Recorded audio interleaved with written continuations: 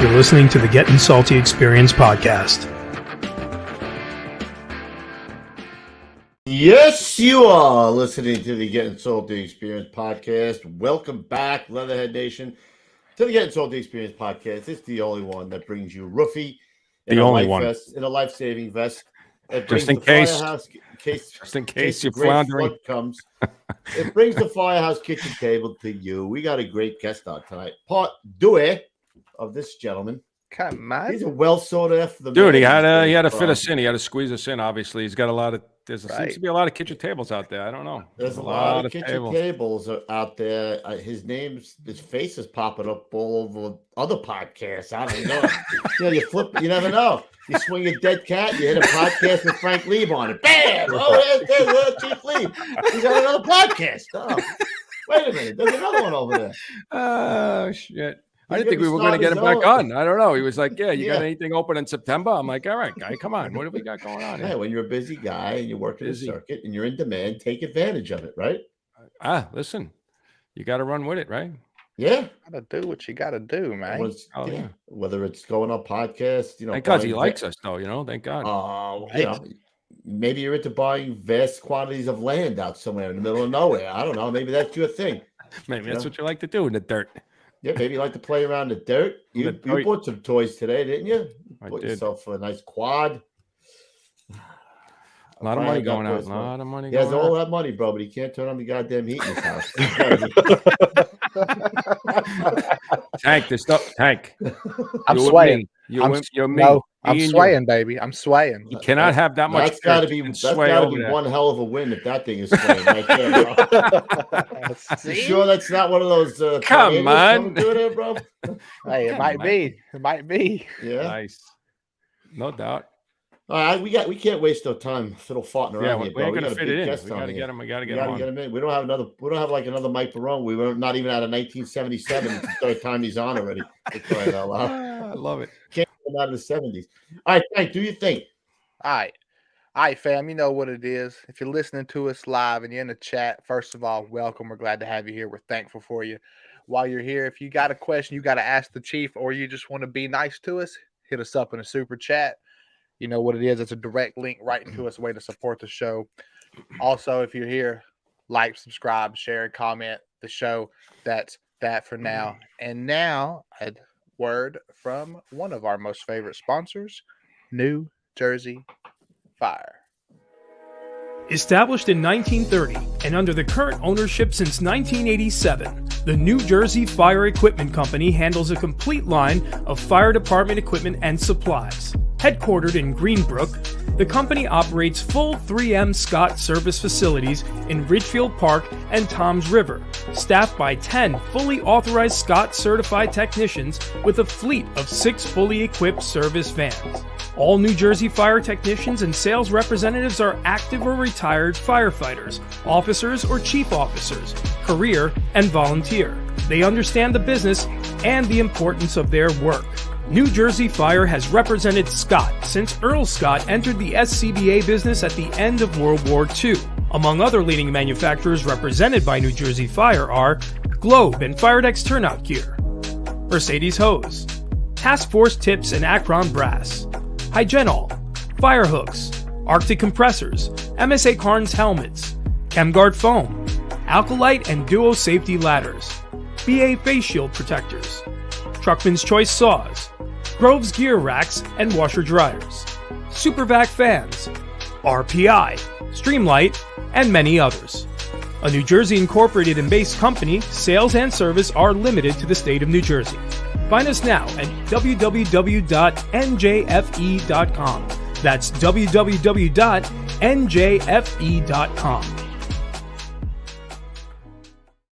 Wonderful. Wonderful. And as much as we love all of our other sponsors, this one right here is close to our heart. If you're looking for a gift for that special firefighter in your life, then head on over to gettingsaltyapparel.com. Yes, gettingsaltyapparel.com. What do we have? Well, Oh, boy.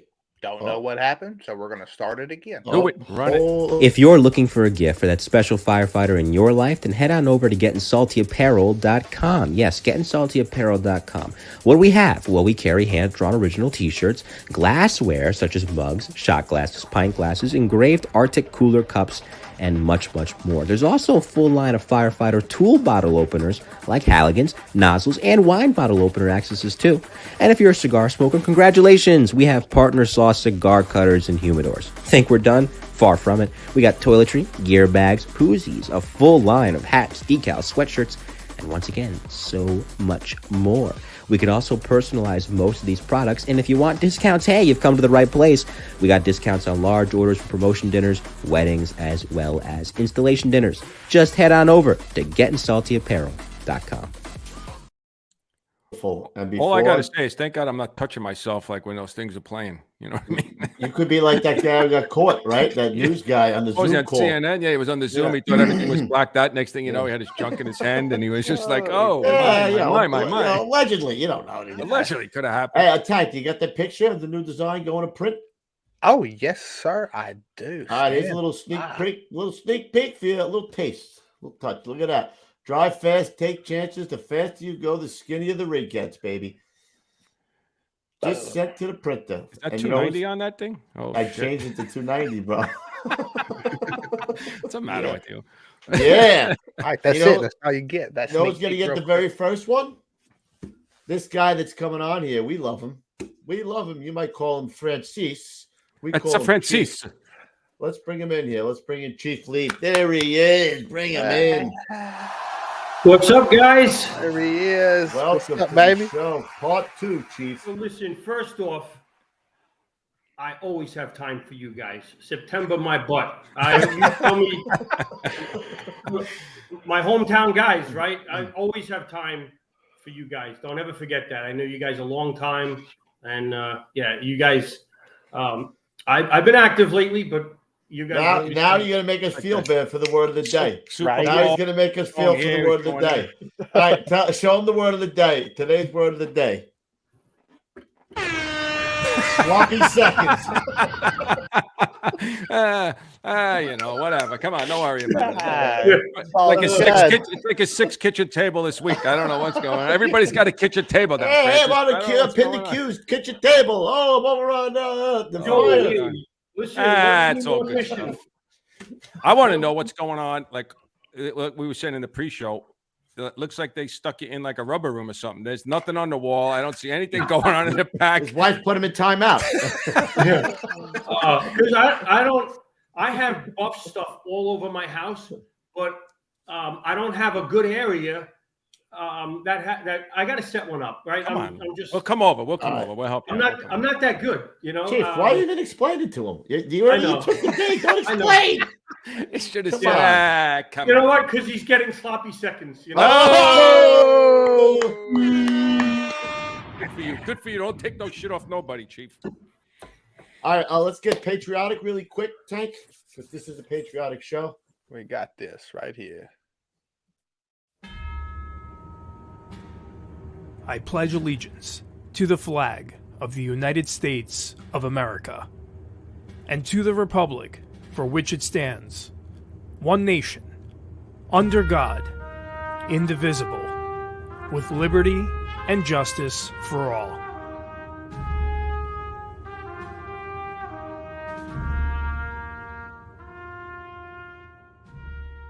Yeah, Tank, do me a favor too. Bring up the quote, from Chief Kleehouse. He posted something in the chat there for Chief Leeb. It's under Fdny Kleehouse. Okay. Sent you a little message there, Chief. Jack Kleehouse is the best. I don't know why he hasn't been on this show yet. I think he's doing some other show. That's why he's busy. He hasn't scheduled. We had like 6 other kitchen tables. I don't know what's going on. You can't find our kitchen table. We're brutal on him. We're brutal on him. Yeah. I'll have to work on him. Listen, I'll come on the show with him. All right. Oh yeah. I don't care. He moved out to South Carolina or North Carolina somewhere. I don't know. He's got that. You talk about. He's got so many stories that are teaching lessons. Just unbelievable. I'd love to have him on. Good to see Chief Kleehouse in the chat. It doesn't. Maybe he doesn't have something in his hand, and all of a sudden, I don't know. Maybe there's a couple hundred in his hand. I don't know how'd that get there. I don't know. He needs one of these shirts. Send him a shirt ahead of time. Absolutely. Right. We don't cramp up. I'm trying to get a sweatshirt. So we don't cramp. The shirt that I got last time for being on the show, I love it. I tell you what, man, your merchandise is so comfortable. Thank you. Wait till we send you the sweatshirt now. You're gonna fall in love. It's like a baby's blanket. The sweatshirts are dynamite, Chief. All right, but we got to before we get into Chief Leeb's stories tonight, unfortunately, we had an untimely passing of a friend. Seems like to everybody, right? Big Philly Tefano. We had him on the show. He worked with my brother in the same firehouse, and Phil was a big man, and he cried at my brother's funeral, which tells you, you said it right, Chief. He was a gentle giant, right? He was the gentle giant who he just, I speak about it often about when if you love the job, if you love the fire service, it will love you back. And he was an example of that. He did everything, right? He was featured on the cover of Sports Illustrated in 2001. Rugby, football. He did everything he could. Everything he had friends. I see people from across the pond posting about how they knew him. He impacted so many people. He embraced the job, and it's just an incredibly sad time that we lost that gentle giant. He just did everything with the job and embraced all the aspects of it. He did what we tell firefighters to do when they come on: be into the job, love the job, and it will love you back. Not always, but most of the time, this job what you put in is what you truly get out of it. And he is there's very few examples of that, such as him. He traveled the world and did it all. Yeah, did it all, no doubt. And Mikey Cologne McBob put together a tribute, so we're gonna roll this tribute, and here's a tribute to Big Philly. Give us a call. All right, let me introduce. First, going to introduce Richie Kubler, making his way to the ring. All right, ladies and gentlemen, now being led to the ring by his manager, the amazing Cy Sperling, wearing the black trunks rimmed in silver. Weighing in already 220 pounds, that famous firefighting Fink from Franklin Square, the one and only Richie Kubler. How's that? Beautiful. All right, Rocco! So, Sports Illustrated decided to invite them out to the Night of Champions that December.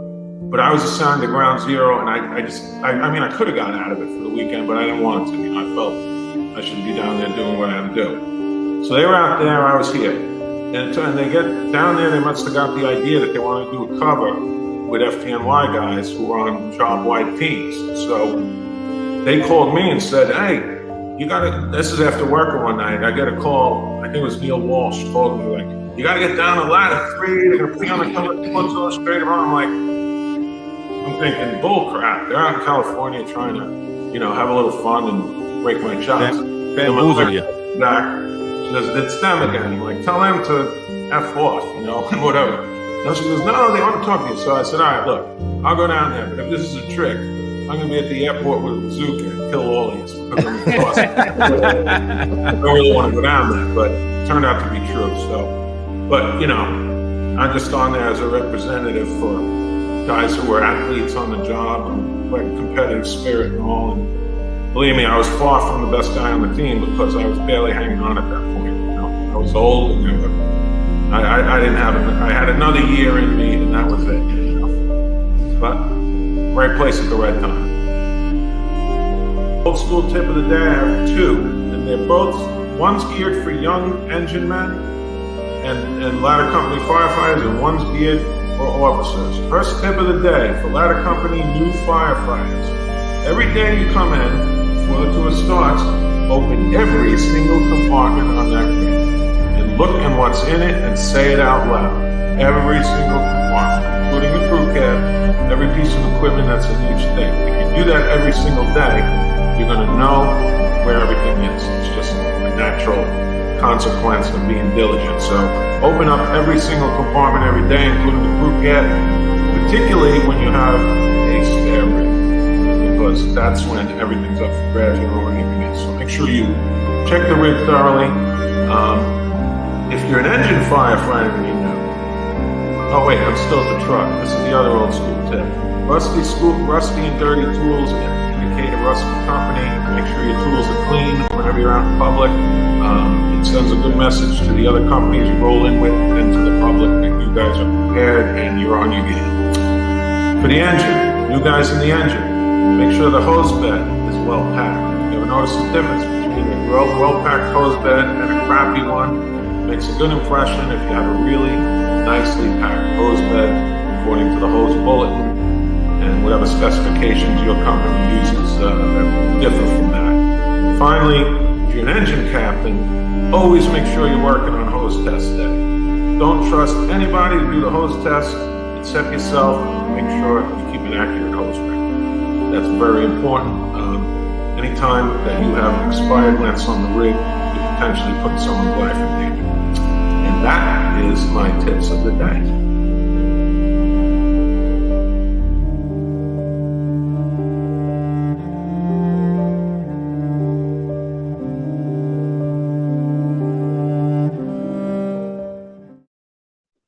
Yeah, man.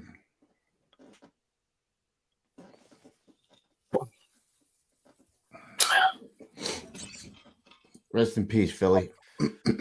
Oh, my boy. God bless Phil.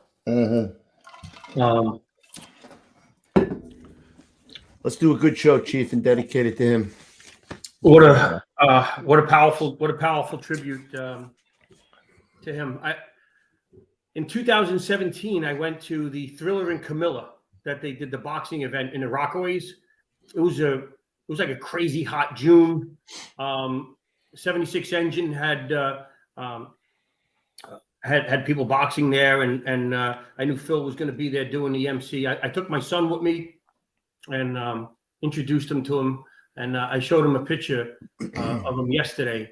I just in disbelief, and just that tribute shows it all, right? A humble guy and just knowledgeable guy, passed it on. It was perfect. Thank you for who'd you say put that together? That was great. Mikey Cologne. Bob. Great job. Outstanding. Yeah, let's certainly dedicate this show to him. Funny guy, man. He was a funny guy. He could take it, man. You could. Oh, my brother used to beat him up all the time at the table. You know, he would come off like a big dummy, but he was a smart guy. I mean, he would do some stuff that was, drive some of the guys crazy, but he was. He used to say he was the self-proclaimed smartest man on the job. I love how he said, right, that the guys were breaking his shoes. He was going to be at the airport with them. Bazooka. Yeah. That whole show that we did with him, you couldn't see him. Like, you could hear him, but he had the worst internet. So it looked like he was frozen or blurry, like, for the whole time. Occasionally, he would come back and it would be clear, but then it would go right back. Dude, he made a game up, like a board game for 154. Everybody knows my brother used to call him the rug because he had a bad rug on. He had a game that he made out of wood and everything called Under the Rug. And I think he had little pieces. I don't know how the game was played, but it's called Under the Rug. Those guys are still really tight. Those guys from back then, they really are still tight, That's good. Yeah, then they had they always call themselves the Northern Knights, right? And they all gave themselves names, like surnames, right? So they used to call my brother Sir Mop on Top. That's a great firehouse. If you ever saw his mop, if you ever saw his hair, you'd be like, "What the hell are you doing?" Like, you just never got it. Another great firehouse with great alumni. The people that have worked there, the officers, the firefighters, just never had a bad experience in that firehouse. Actually, we featured them in our Clean 15 video that we did for our cancer awareness video a couple of years back, and they were very happy to be in the video. We told them, listen, we need you to cook us a nice lunch. We're going to pay for the lunch. You guys got to prep the lunch. So we go for lunch, and it's a salad with chicken, but you had like 3 pounds of it on a plate, right? So it was healthy. We're just going to give you enough to feed a family of 5. But just a good firehouse. Like I said, the guys there, even to this day, I involved them with different projects and stuff as often as I can. So, good stuff, man. Really good stuff. Yeah. All right, where do we leave off, Kubi Coops? Well, if Chief Leeb wants to finish off where we left off last time, Chief, right? You want to give a shout out first to some photographers and buffs and stuff too? Yeah, so let's start off. Let's talk about that Chinatown third alarm the other day. Okay. So on the last show we spoke about how firefighters all around the city, right? How but all around the globe into the job, well trained, but few places like the 1st Division in Lower Manhattan have the challenges that they have down there. So they have an advanced fire in Chinatown. You see a pre-arrival video, and yeah, it's ripping. It's ripping, and they just do a great job. But they're just so into the job and prepared.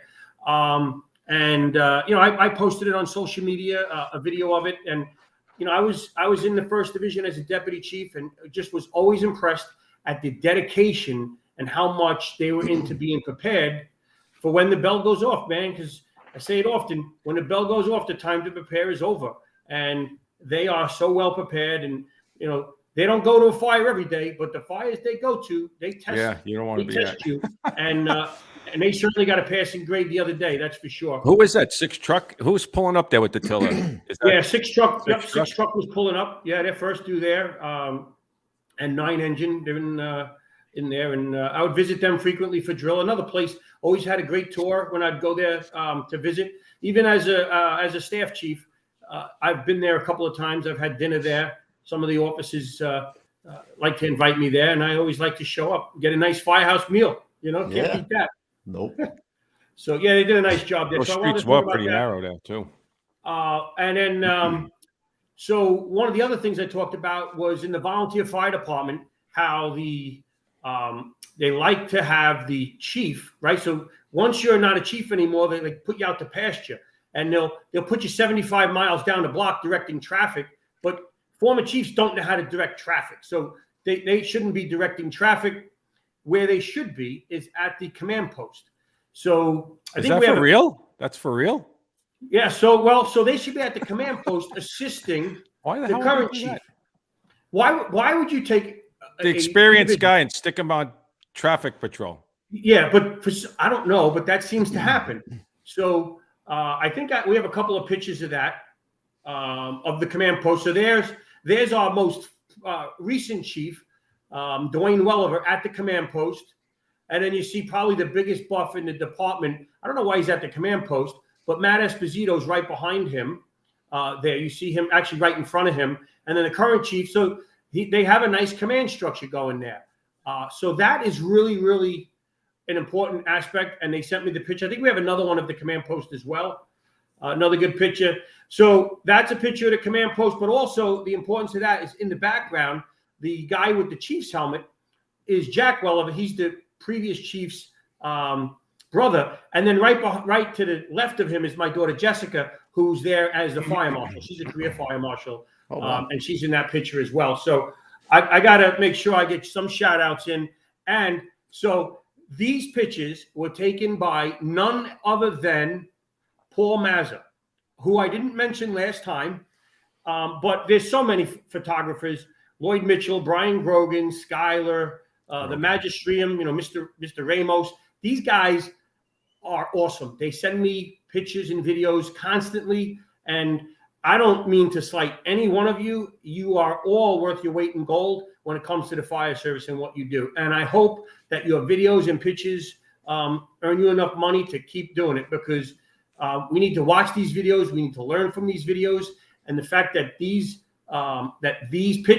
videos earn you money, that is fantastic. So that is really good to see as well. So I see Braden Lewis, who I screwed up his name last time. He's the chief's son. He's in the chat, but I screwed up his name because I was reading the chat at the time. So anyway, he's in the chat. I didn't screw up his name tonight. I'll read the chat and see if he later on if he says anything. But there's so many freaking important people in our industry and what they do. Everybody matters. They contribute. As long as you're not teaching dangerous stuff and you're teaching stuff that you've had an experience in, or something that you can speak intelligently about, it's all good. All of it makes the fire service better collectively. I think that app helps too. What's that app that everybody watches? I don't even know the name. Yeah, the Citizen app is great. Yeah. But these guys, they'll be at the scene, and so many people know them that they get they get up there pretty close. Yeah, they get close. Videos. Yeah. They edit them a little bit. They narrate them, and it's just fantastic. Yep. No doubt. And a lot of times they'll send me a link, and I'll watch it on my ride in, or there's sometimes I get it sent in the middle of the night. And the next thing you know, I'm watching the video from if it's only especially when it's only a half an hour. But yeah, listen, I am one of the biggest buffs. I don't care about that. I have no regrets about that. So I joke around with Chief Chuck Downey, right, the current chief of the Fire Academy, and we say we're not buffs. We're just into our job. We're professionals. But you know what? We have all the buff tools that we have, right? My job phone that notifies me of fires and the Citizen app. It is for a buff, there is no better time than now to be a buff in the history of the fire service. We have so much information at our hands that instantaneously we could be watching a fire, right? Yep. And as I'm responding to fires, I'm watching them. That was the other one. Firewire is another good one. The guy, I think that's an FDNY guy. Firewire on Facebook. Those guys post every job in the city, I think. Yeah. Again, there's so much. You could get as much or as little as you want. There's so much stuff. Do you remember the kids that used to show up on their bikes? They'd be like at every friggin' job. They'd have flashlights and radios, and they'd show up. And there's so many of them, right? So almost every firehouse has one. And they're great, man. They love the fire service as much as we do. So, you know what? If you have a buff that likes to visit your firehouse, there's a time and a place, right? That every day is not the answer. I understand that. You have a busy night. We're not always going to want to embrace them. But, man, they love the job like we do. In fact, Elmhurst buff, Michael, I know he's watching tonight. He texted me earlier. He texts me often. He's actually in New York. I'm going to try and catch up with him because he moved down to the Carolinas. He would visit the firehouse often. I'm still in contact with him. He loves the job the way we do. So why would we not embrace people like that? The buff that we had in 288 is a captain on the job. He's a captain. I think he's going to be a chief. Yeah. I hope he did. Yeah. How could you beat that, man? I really think it's great, man. It's great stuff. Yeah. Who is the guy that does is it the fire lines? Witter? Is that his last name? Do you know that guy? He's that does fire lines or one of those newspapers. The fire line guy? Oh, yeah. Dennis Whitman. Yeah, Dennis Whitman. He was my father's buff. Awesome. Yeah, so he's great. He does the fire news. Oh, the fire news. Fire news. He was the buff. He was my father's buff in the 70s. He tells you all the time. He's been around the fire service for oh my God, as I can remember. Yeah. His father was a lieutenant. Patty Lee said, "You want to see buffs? Watch the two buffs that do cocklofts and cocktails." Never heard of him. He said cock. He said cock. At least he didn't say sloppy seconds. Oh!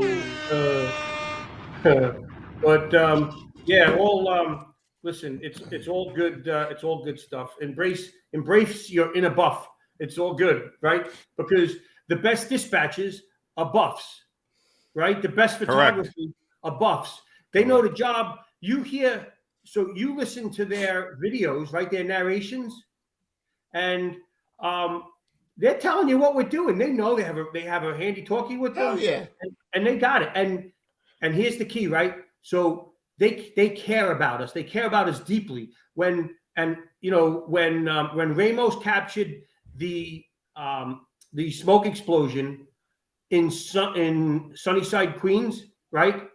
You know what that's famous for, right? That's famous for this. Oh my God! That was no joke, man. That was a Majestic. He was there too. Yeah, because he gives a damn, right? Because he cares about us, right? So his first instinct was worrying about our health and safety, right? He captured a video that we use all the time. Mm-hmm. We've used it in several different training initiatives. We're going to use it on several more. We're combining a couple of these, working with with Dan Majkowski from UL, and we're going to put something out on those that's going to talk about backdraft, smoke explosions, overpressurizations, all the different things. Because the bottom line is, whatever dangerous fire event is happening in front of the building, right? We've now captured some of them. Our amazing drone unit captured the video of the Bronx fifth alarm in the Seatown Shopping Center. So we got a video from the front of that. And then we got a video from the drone footage of that as well. And so when you talk about that, we're able to combine that and show you what's happening. But it doesn't matter what's happening. What we need to make sure is that sometimes, whether it's overpressurization, whatever it is, we're going to get something coming out of those large roll down gates or roll down doors. And that could happen deep in the fire. We've seen those happen more than an hour in.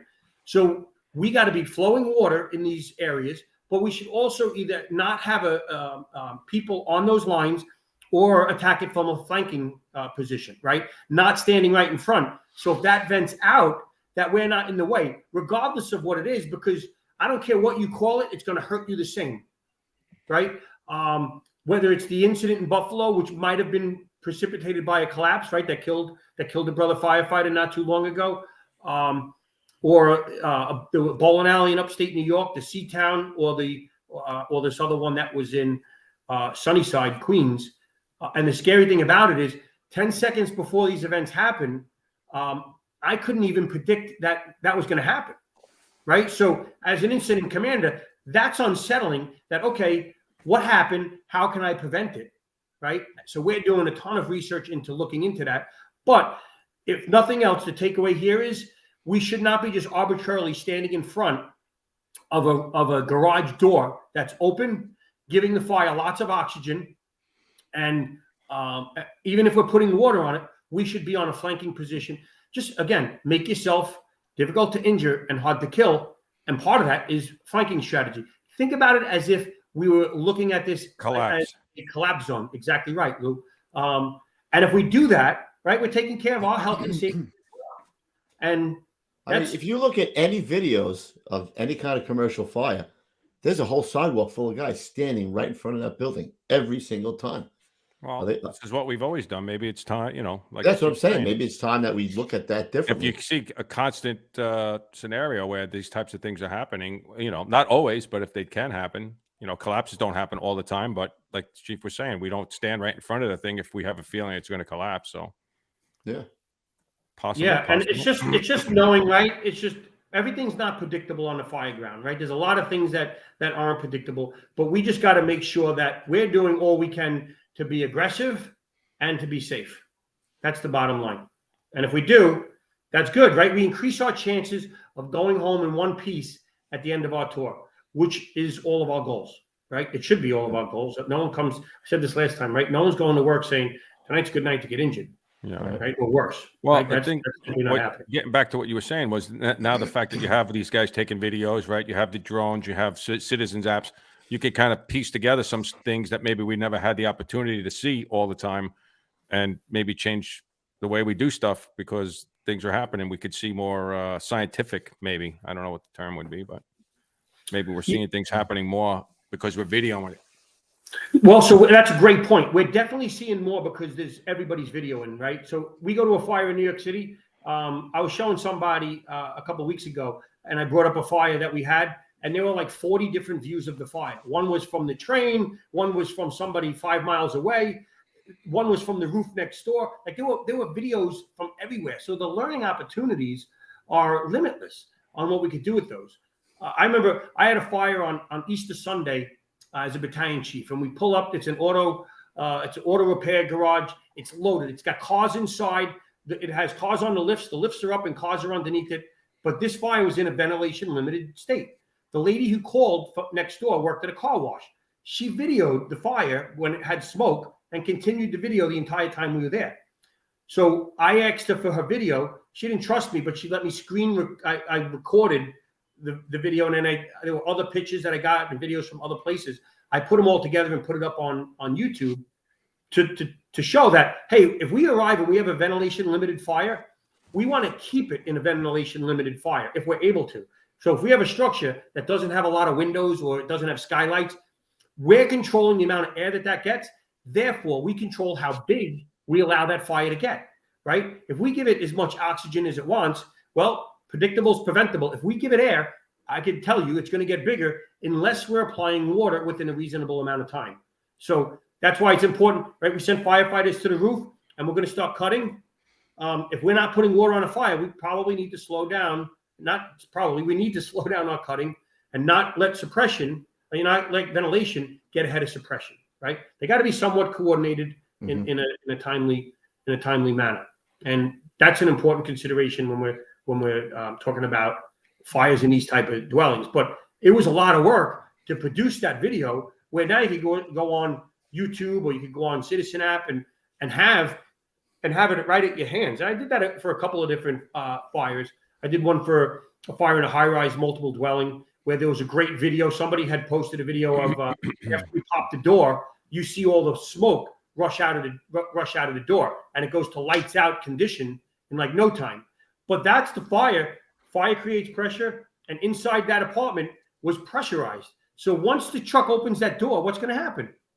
That fire comes. That smoke is going to immediately come into the lower pressure area, which is the stairwell or the hallway. And then if the stairwell is open, it's the stairwell, and then it's it's every little envelope. That's why we want to make sure that we control as many envelopes, right? Keep it to the apartment keep it to the fire room when possible, keep it to the fire apartment when possible, certainly keep it to the fire floor, and then not in the stairwells, not on the floor. All those type of things are important. And understanding that smoke mitigation, smoke migration for us is a very important and life-saving tactic. Yep. Okay, so where do you want to go, Chief? Do you want to start at December 2020 with the 300 propane cylinders? Yeah, that's a good place to start. Okay. I think that's a real good place to start. So pretty much at the beginning of the pandemic, we had put a couple of tips from training out on outdoor dining structures and the awareness that people are going to be driving with propane cylinders in their car. All these restaurants that need propane are going to have delivery services coming to them somewhere. Just do we see it? And we had seen some structures that were storing 50 to 100 propane cylinders. So it's not a surprise, right? It's especially when the warmer months, right? These businesses are doing anything they can to survive in the pandemic. So the outdoor dining was alive and well, and now we get a response right on the Long Island Expressway, right across from Left Rack. And I'm at headquarters. I'm citywide that night, and I hear the 4-6 Battalion. Timmy Keenan was the battalion chief. Rob McBride was the deputy in the 14th Division that night. And I hear a second alarm, and excuse me, and it's for the highway box. And I'm like, I know that box. I've been to hundreds of car accidents for that box response, right? 324. Yeah, just between 324 and the chief. The 4-6, 288 was on that box often as well. So I'm like, a second alarm. I put on the Citizen app, and they gave a second on arrival, and the Citizen app, and I see cylinders exploding. I immediately turned to Driver Joe. I said, Joe, we're going. I know it's only a second right now, but this is propane cylinders on the expressway. By the time we got there, it was they had transmitted the third, but the units just did an incredible job. Propane heavier than air. You want to search low spots if there are any. Luckily, we didn't really have to worry about that. So that's one of the big things with propane, right? It's 1.5, 2.5 times heavier than air. I think 2.5 times heavier than air. So it's going to be in the low areas. So unlike natural gas that would rise, propane is going to sink, and firefighters could get injured and killed when it meets an ignition source in a low-lying area, a basement, right? You have a propane cylinder leaking outside of a private dwelling, especially this time of year, the spring, first warm days. We may get the relief valve leaking when we get there. We just want to make sure that we're looking low, right, and making sure we're okay. But these things were exploding, and there were over 300 of them. 287 engine, 324 engine. They stretched lines behind the Jersey barriers. They used the deck guns on the rigs to contain it. The cylinders were flying across the expressway. Oh shit! If you Google this incident, there's videos on YouTube of it. We were worried about the fire extending to the multiple dwelling, to the left rack multiple dwellings there. Again, just knowing the properties of what you're going to go to. So if you understand propane and the hazards, and you understand how to best protect ourselves, blitz fire. I'm trying to pay attention to the channel a little. Blitz fire would be good because we could do that without anybody staffing that appliance, right? So that's good. But we stayed far away with the engine. They hooked up to a hydrant, and they did a great job while the engine on the highway, Chief, or on the service road there. So he was getting. It looks like he was missing his exit, and he decided at the last minute to move off. So the engines, So 287, I believe, was on the actual highway, but 324 stayed on the service road because they saw what was going on and knew where their hydrant was, because they used the same hydrants that they would use for left rack. So they were able to use distance as a safety factor, while 287 stretched the line closer, and then they filled out the stretch and backstretched it with other units to the hydrant for them. But we wound up with over 300 cylinders there, and we were worried about what happens if businesses are storing these in basements, or for the heaters, all those different things. We had put out tips saying that they could be storing them in their car, because they're only allowed to have so many there, but they may need a lot of them for the day. So they're just trying to make a living. So they're not well versed on why we have these rules. So we have to educate business owners that it's dangerous and why it's dangerous. So they may store them in their trunk. So then when they need them, they have them, but they're outside of the view of the fire department or a fire department inspector. So that's why the importance of educating them. So we would tell our members, even if you go to a car fire, you have to be aware that you may encounter propane cylinders if it's in an area where we expect a lot of propane use. It's just making sure, prepare for the possible and think for the possible, right? What could they be doing? Try and think like a business owner who's just trying to make ends meet, but doesn't understand fire safety rules and regulations. How long did it take you to get that somewhat under control? How many lines did you have operating on that? I believe they wound up with 3 lines and 2 deck guns, but they did a nice job containing it to where we didn't have much extension. We had some extension into a couple of vehicles. And once they were able to get water on them enough, they ended the amount of exposure. Once they cool off, right? I mean, it's pretty quick. Yeah, but there had to be over 200 of the cylinders that were expended. No shit. Wow. Yeah, it was incredible. Yeah, I don't remember this. No. And those things allowed. I'm telling Google. Yeah, they sound like they're.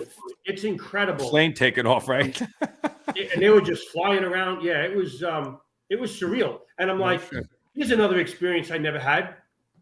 And and the same thing for McBride did a great job working in, like I said, in the 14th division.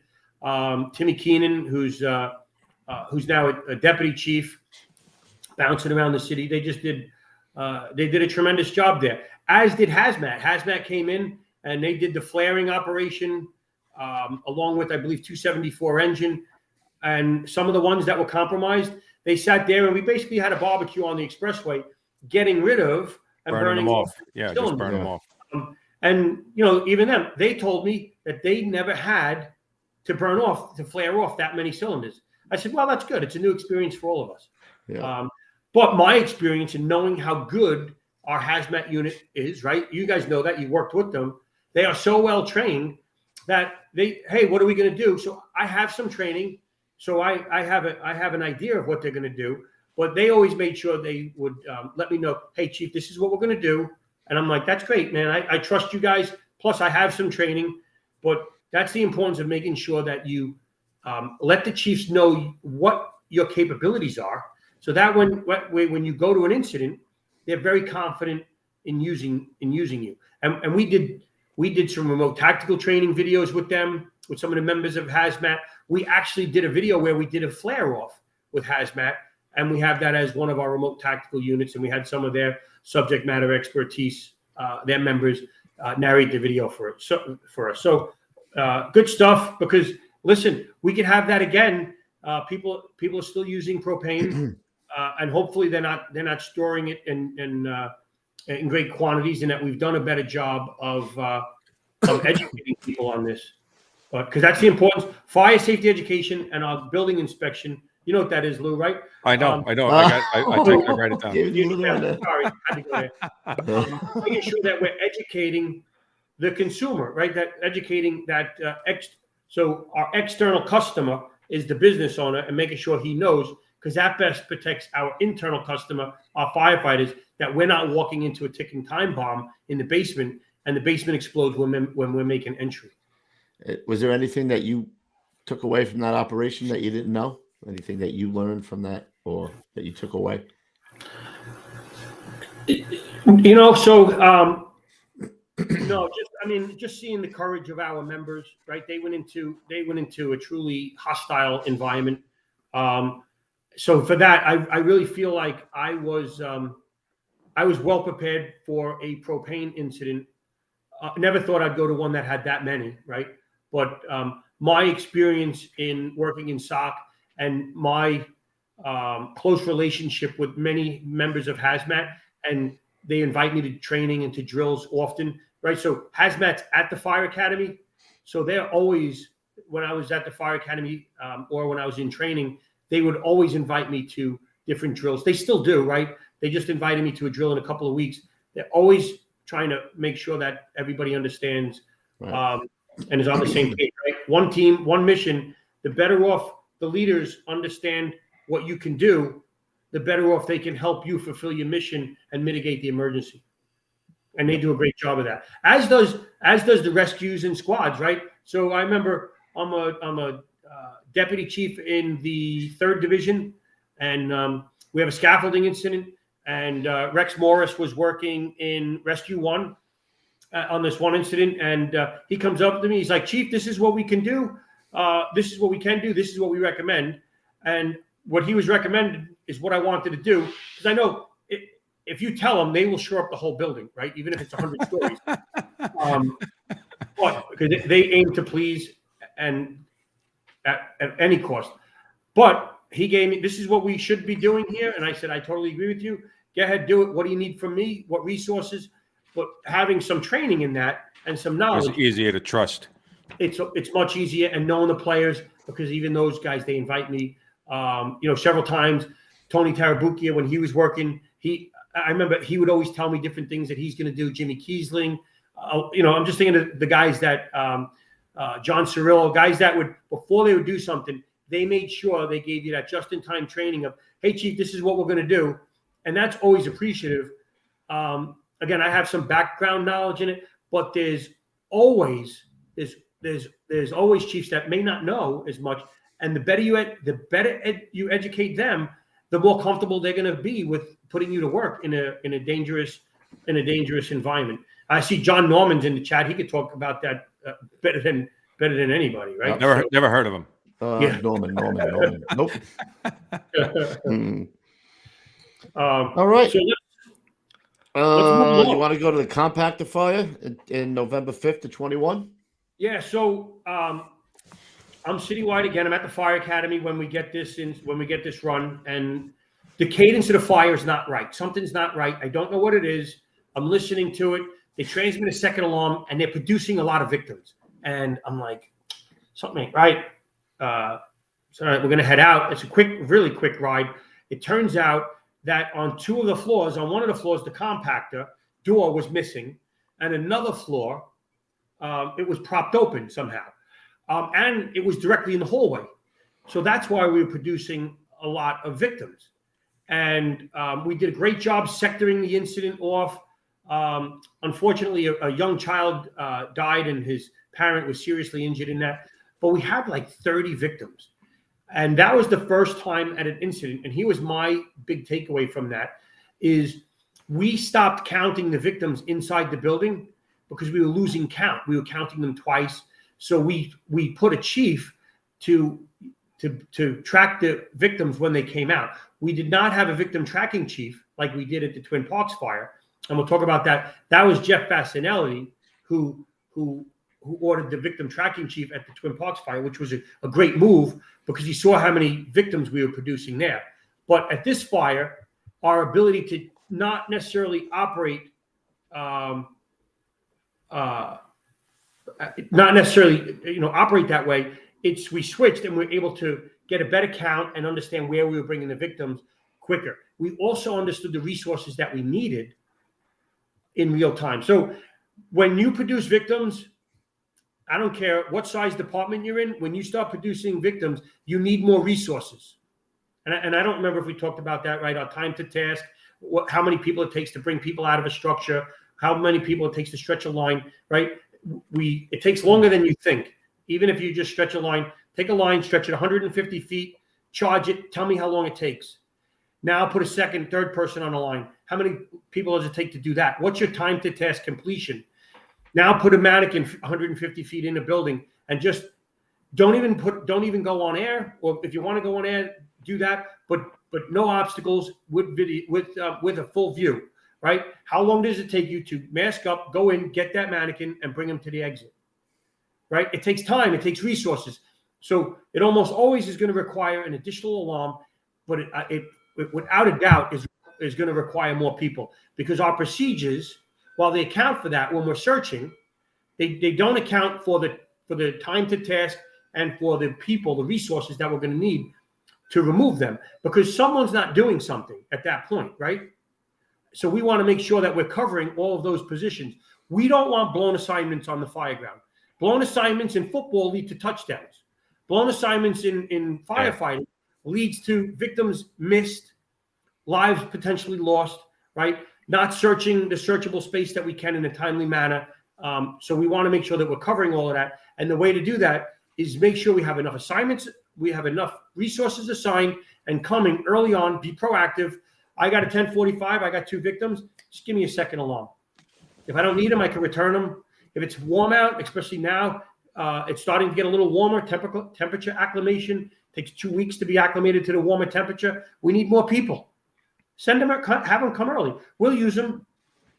So the big takeaway at that fire was being proactive when we have more victims, to having an outside tracking mechanism, not necessarily worrying about tracking them inside the building, and then making sure we're assigning enough resources and tracking them, sectoring with a manageable span of control to get them where we need the resources to get the victims out of the building. And that was really a precursor for me for the Twin Parks fire, which was only 2 months later. I was going to say, how many people were at the first one? How many people did they pull out of there? So at the compactor fire, we had something like 36 victims. Holy and shit. And squad, man, and they're going to kill me for getting this wrong. I want to say it was squad 61. If someone in the chat, if I'm wrong, correct me. But I think it was squad 61. It might have been 41, but because both of them were at this fire. They arrived as an engine. And so the compactor fire, right, they had a line operating on the first floor. They had a line being stretched to the compactor room. So positions were covered. They were going to, because we had the amount of smoke that was coming from the top of the building was incredible at this fire. And so they were walking up, and they wound up finding the fire coming out of that missing chute door. And they wound up pulling the two victims out. And again, they didn't mail it in. They were going floor by floor. They were doing the tactics that we would expect. Where's the blockage? Is it just in the compactor room? What's going on? And they were going because there was a report of a fire on an upper floor, because there was fire on an upper floor because it was coming out of that area. How tall was the building? This building? Oh boy, 14 or 15 stories. Oh, it's the same thing. It was about the same size. Yeah, I should know that, but I'm not sure. I'm just scrolling through the chat to see if anybody's correcting me. No, nobody said nothing. Yeah, all right, because that's important, right? So they got. I'm pretty sure they got a unit citation for that. They did a great job. They did a great job, as did so many units there. And again, that was a precursor for what was to come down the 2 months later. In January, right? January 9th was the Twin Parks fire.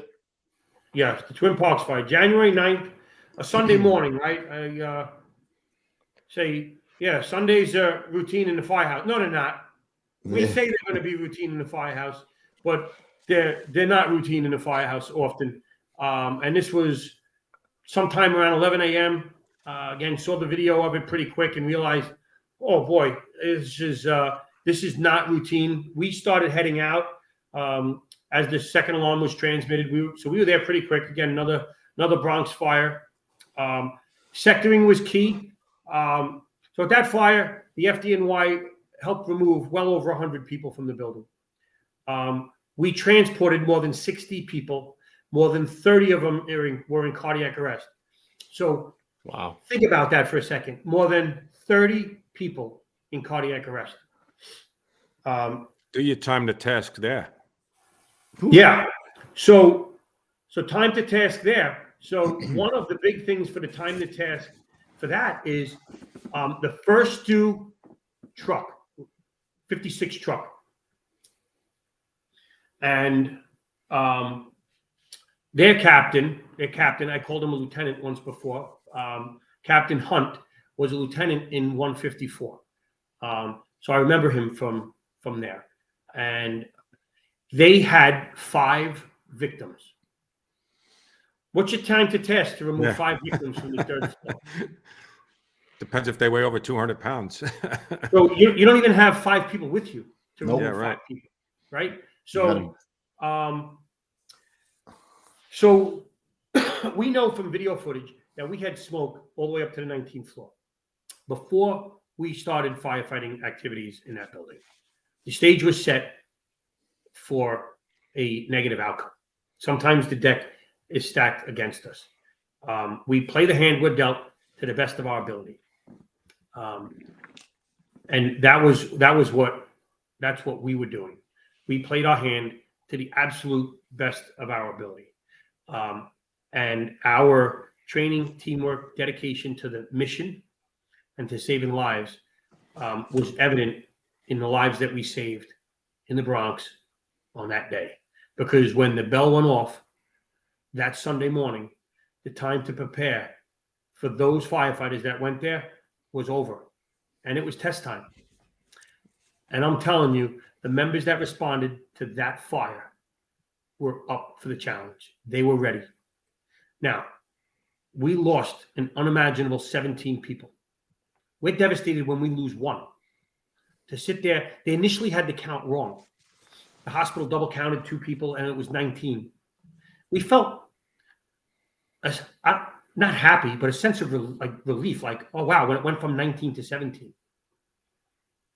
But it was the work that our people did there was extraordinary. And we recognize that. We recognize that with an unprecedented number of companies that got unit citations. Almost 200 individuals got unit citations at that fire. We could have gave CPR saves. We could have gave meritorious acts. There were instances where we couldn't tell. We did a pretty good job of matching up who had what victims and who transferred them from one person to another firefighter to EMS down in the street. But so we could have gave all of these different awards, and we decided we're going to give them unit citations because we appreciate and we value our people, and we need to make sure that we celebrate them and let them know that. That was the genesis of the tips from training afterwards, which we'll get to that, right? Because I'm getting ahead of myself with the fire. Right. But I talked to a lot of people there, Chief. Not to cut you off. I talked to a lot of guys who were still on the job, who were at that job, who said, we were lucky we didn't lose anybody at that job. You know, there was a lot of scary stuff going on there on the upper floors, guys running out of air, you know, going on air on the first floor to get to whatever the top floor was. You know, where do you go from there? You know, what's your time to task there? You know, I never heard that term before, but now you start thinking, what can you do when you use your bottle to get all the way up to what was that, 17 floors to get up there and then search around or get somebody and then drag them down in smoke the whole way? I mean, that's legit. Yeah, and so one of the other fires we're going to talk about tonight, right? The rope rescue in Manhattan. Those guys, they did a rope rescue. They set up the ropes on the 21st floor. after they walked up 21 flights. But we'll talk about that, right? So what's your time to task when you got to walk up? What's your time to task when you're taking the elevator? What's the time to task just walking to the fifth floor? Yeah, clear. Such a dry line. Yeah, no doubt. Data-driven decision making. We shouldn't be guessing how long it takes to do these things, right? Because your whole response matrix should be based on who's coming to your fire and how fast you can put water on the fire. If you have 2 firefighters coming to the fire and no one else is coming for 9 minutes, your tactics are going to be vastly different than the tactics in the FDNY. We do things simultaneously in the FDNY where when you don't have enough firefighters, you have to do them sequentially. That means when you get to item number 5 on the priority list, that might be 15 minutes later. So you better put a very, very high priority on putting water on the fire. Because if you don't, you're never going to get to priority number 5 because you don't have enough people to do the tasks in the time required to do it. Right. So people say, well, we just adopt the FDNY procedures. I said, wait a minute, but you only have 6 people coming. You can't adopt procedures for a 6-member department when the FDNY is putting 28 people on. Snuff them out with manpower, for God's sakes. Yeah. So, but again, our staffing is NFPA 17 compliant staff. So we're putting the proper number of firefighters on scene. But if you're not, then you have to evaluate that and be realistic and honest with yourself and say, hey, let's make sure that our procedures match what we should be doing and what we want to do on the fire ground, right? Because otherwise you're writing useless procedures because you don't have the staffing to do it, right? So for us, first due truck with the protection of 48 engine going down, they go into the apartment across the hall from what was actually the apartment of origin. But a lot of times we don't find 2 apartment doors open on the fire floor. They get to an apartment door. They weren't sure if that was the fire apartment. Because it was charged. Everything was charged. They immediately, yes, it's charged. And the fire dynamics has that fire and that smoke going into that other area. The fire is pressurizing that apartment and it's going into the other apartment and the hallway. They go in there and immediately they find other victims. So now it doesn't matter if you're in the fire apartment. They found life. Holy shit, yeah. Right? They're communicating with their chauffeur. The chauffeur puts the ladder through the window. One of the victims is removed down the interior stair. The interior, because that victim was found in the stairway and in the hallway. Interior conditions deteriorate so rapidly in the hallway that they make the decision that they cannot bring the rest of the victims down through the interior stairs. So they bring them out to the ladder. They bring them to the front to the ladder truck. So in the FDNY, that's something we do frequently, but that's got to be trained upon because instinctually, if you come in the front door of a private dwelling or the front door of a structure, your natural inclination is to bring anybody you find back the same exact way. But when we think about the thermal insult and we think about the toxicity, right? We could be killing them, bringing them through a toxic environment. So we need to be considering the victim's breathing zone. And we know that when you go 3 feet, 4 feet, the breathing zone is worse. You see the smoke stratification and the smoke stain on an apartment, right? Or on a hallway. We want to be below that. So when you're doing time to task, if you're doing a time to task and you're standing up, if you're at the 4-foot level, get down because it's about the victim. It's about making sure that victim can survive. You go in, you make a great grab and you bring him through, he gets burnt up or he takes 2 breaths and he's dead. That's not saving a life, right? So practice doing the time to task by being low underneath that smoke layer and then getting them out, or practice bringing them to another alternate way out. So UL just completed their search study, search 1. They're doing another search study that's coming up. It'll be called search 2, I believe. That makes sense, right? Completed search 1, going to do search 2. And they talk about the breathing zone and all of that. And we just updated our search bulletin to reflect that. But that's something we track those things frequently. We know that we have our members come in one way and take someone out of fire escape or other ways often. But our books, our search bulletin didn't quantify that. So now in our latest version, the edits that we made to the search bulletin, talk about that you should be considering the breathing zone. You should be thinking about the toxicity and thinking about what's the best way to remove somebody. And run like hell. Grab him and run like hell. Yeah, but run like hell in the area that's going to give them the greatest chance of survival. And we have a hierarchy, right?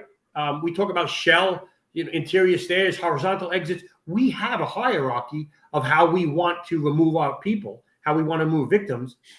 But we were missing some of this why behind it. And now we put that in because the verbiage that they used, that UL used in their search study, was absolutely spot on. So we put that and combined it with our experience and made our bulletin tighter and better. And so our firefighters now have that those are lessons that will never be lost because of future generations.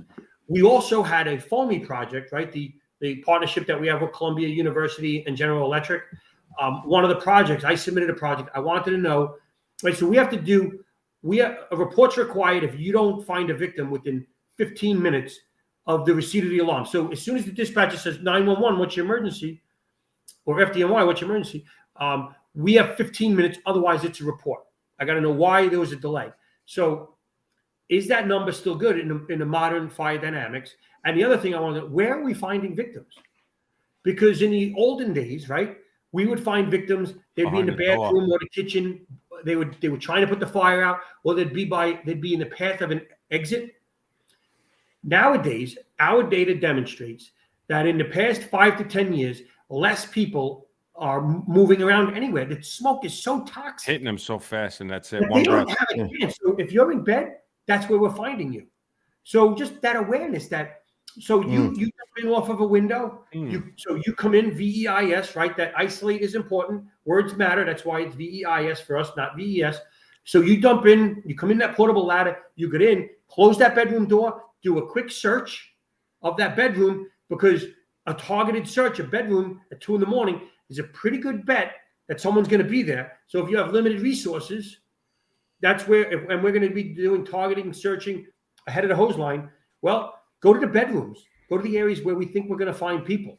And this is stuff that study kind of culls out of it and puts out. But we have that all in there, along with the data that we got from what we have. The firefighter rescue survey is ongoing as well. It's a national project. They have over 3,000 documented rescues now. All great information that we can capitalize on and be better no matter where you are, right? So 3,000 rescues around the country, coupled with the data that we have from New York City, that is data-driven decision-making for your department. It's that simple. But make sure those procedures match what you can actually do. So they remove those victims. They do an amazing job. 48 engine, they do an amazing job. They get into they eventually get to the fire apartment door, and they start extinguishing fire on the 3rd floor. Fire started it was a duplex down. Fire started on the 2nd floor. Fire extension to the 3rd floor. Fire dynamics dictate that. And we'll get into that in a little bit, but that understanding of fire dynamics piece is important, right? And eventually we had a line to the rear of the structure, which is a difficult stretch, right? To get a line to the exposure 3 there, that rear. And eventually we put water in from the exterior into the 2nd floor. And that was very helpful in us getting final extinguishment of that fire, because what we had was a cellar fire above grade. We had a low vent and a high vent. And again, this is one of the most important considerations when you're talking about fire dynamics.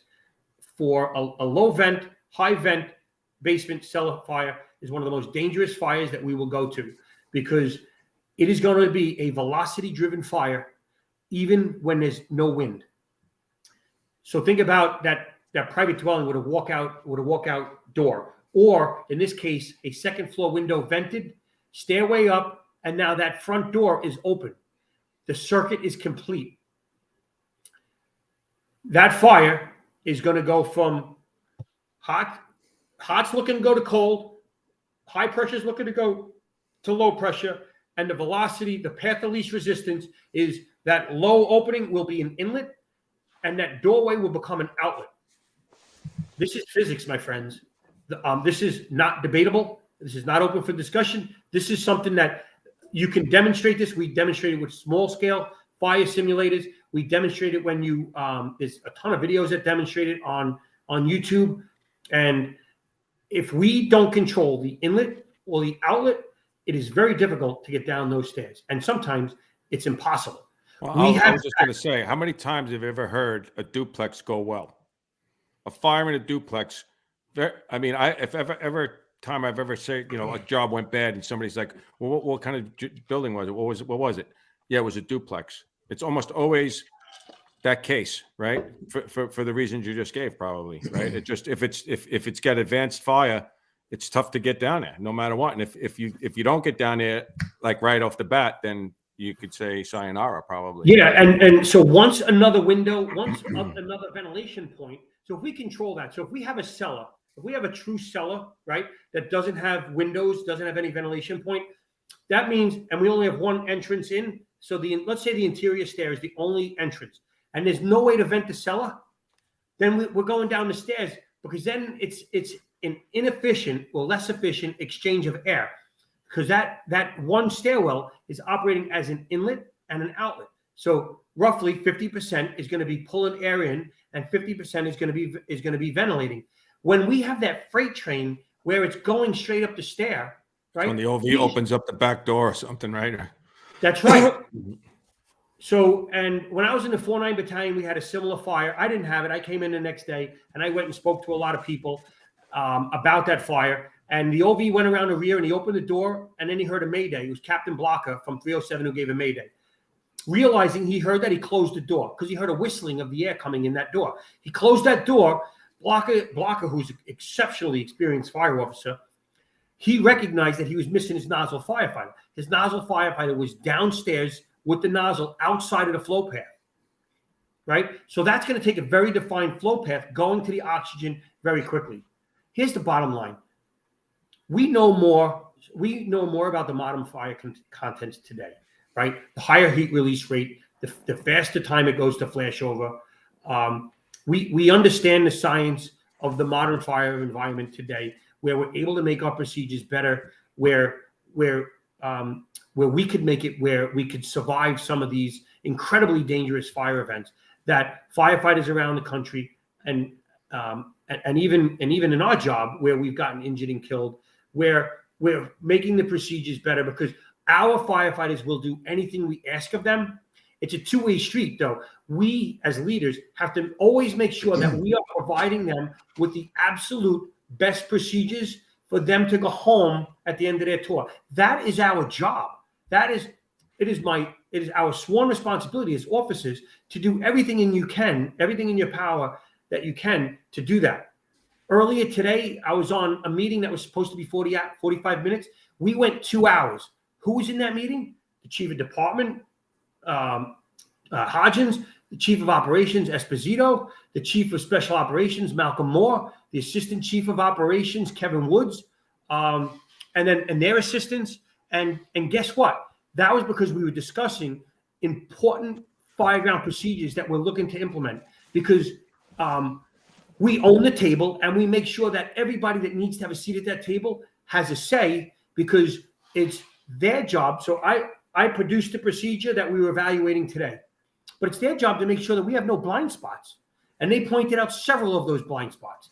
That's the importance of everybody having a say at the seat of the table. The chief of department's not saying, I'm the chief of department, this is what we're going to do. No, he's deferring to the other expertise in the room. And what does that mean? That means we wind up with the absolute best procedures and equip our firefighters, right? Our greatest resources, our firefighters. We equip them with the proper tools to get the job done. And if we're not doing that and always evaluating that, we're not doing our job as leaders. And I can say, again, we did it today for 2 hours. How many years of experience at that table? There was over 200 years of experience at that table. Yeah. But that's the value of understanding and appreciating the expertise in the room, right? Yep. It's just and realizing that, hey, man, we're one team, one mission, and it's always all about the firefighters, the EMTs, the paramedics, the folks that get on the fire trucks and ambulances every day. Don't ever forget that. Everybody else, including myself, I operate in a support position to facilitate the job that they do every single day. Now, when I go to a fire, then I'm part of that, right? But the majority of my time, the majority of what takes up my day, the majority of what keeps me up at night, thinking about how I could best protect and take care of my firefighters, EMTs, and paramedics, and the people that are actually doing the job every single tour. And that is what our entire staff does every single day. And again, our meeting that we had today was really a fantastic example of that. Well, that's good to hear. I was just gonna say, with all the other shit that we've been hearing, that's good to hear. Yeah. Well, look, somebody's paying for your sweatshirt. I'll get that out tomorrow, Chief. Excellent. That means I'm getting two of them. Oh, yes, sir. Sorry, I'm getting sloppy seconds, because I'm drinking water again. Seconds, tonight. come on. Sloppy seconds. Yeah. Let's see. When you said Chiefs would just handpick units to avoid additional alarms. All right. No, that wasn't for me. That was someone else. In the old day, they would just keep calling units and wouldn't call for an additional alarm, mostly because they didn't want the deputy responding. Yeah. Speaking of Chief Esposito, I'm not going to say he's in the chat giving you good praise, but allegedly it could be happening. Might have been him. Could have been him. So I am very aware that he's in the chat. He's awesome, man. He's awesome. And going to a fire with him is always a pleasure, as it is with all of our leadership. I freaking Joe Wiz, firefighter Joe Wiz.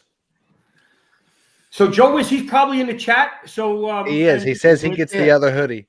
Yeah. Oh, Joe. Yeah. Firefighter Joe Wiz. All right. Yeah. All right. Yeah, that's I'm good with that. That's fair enough. Yeah. When we have again, it's check your ego at the door and let's get it done, man, because it's all about, again, you can't say it enough because it is always about those that are doing the job. So when I was at the fire academy, I would tell all our people, all our support staff, which they're great people, and I would always remind them that if I'm spending time having to babysit you guys or having to, if there's screw ups on administration, that means it's taking away time from making sure that my units, that is training our units, that's a problem, right? And I'd move to correct that or replace them if necessary, because we're all here to facilitate them, right? And again, like I support services, you're in a support role, it's in your name, right? Those things that matters, and that's the bottom line. That's what we're there for. All good stuff.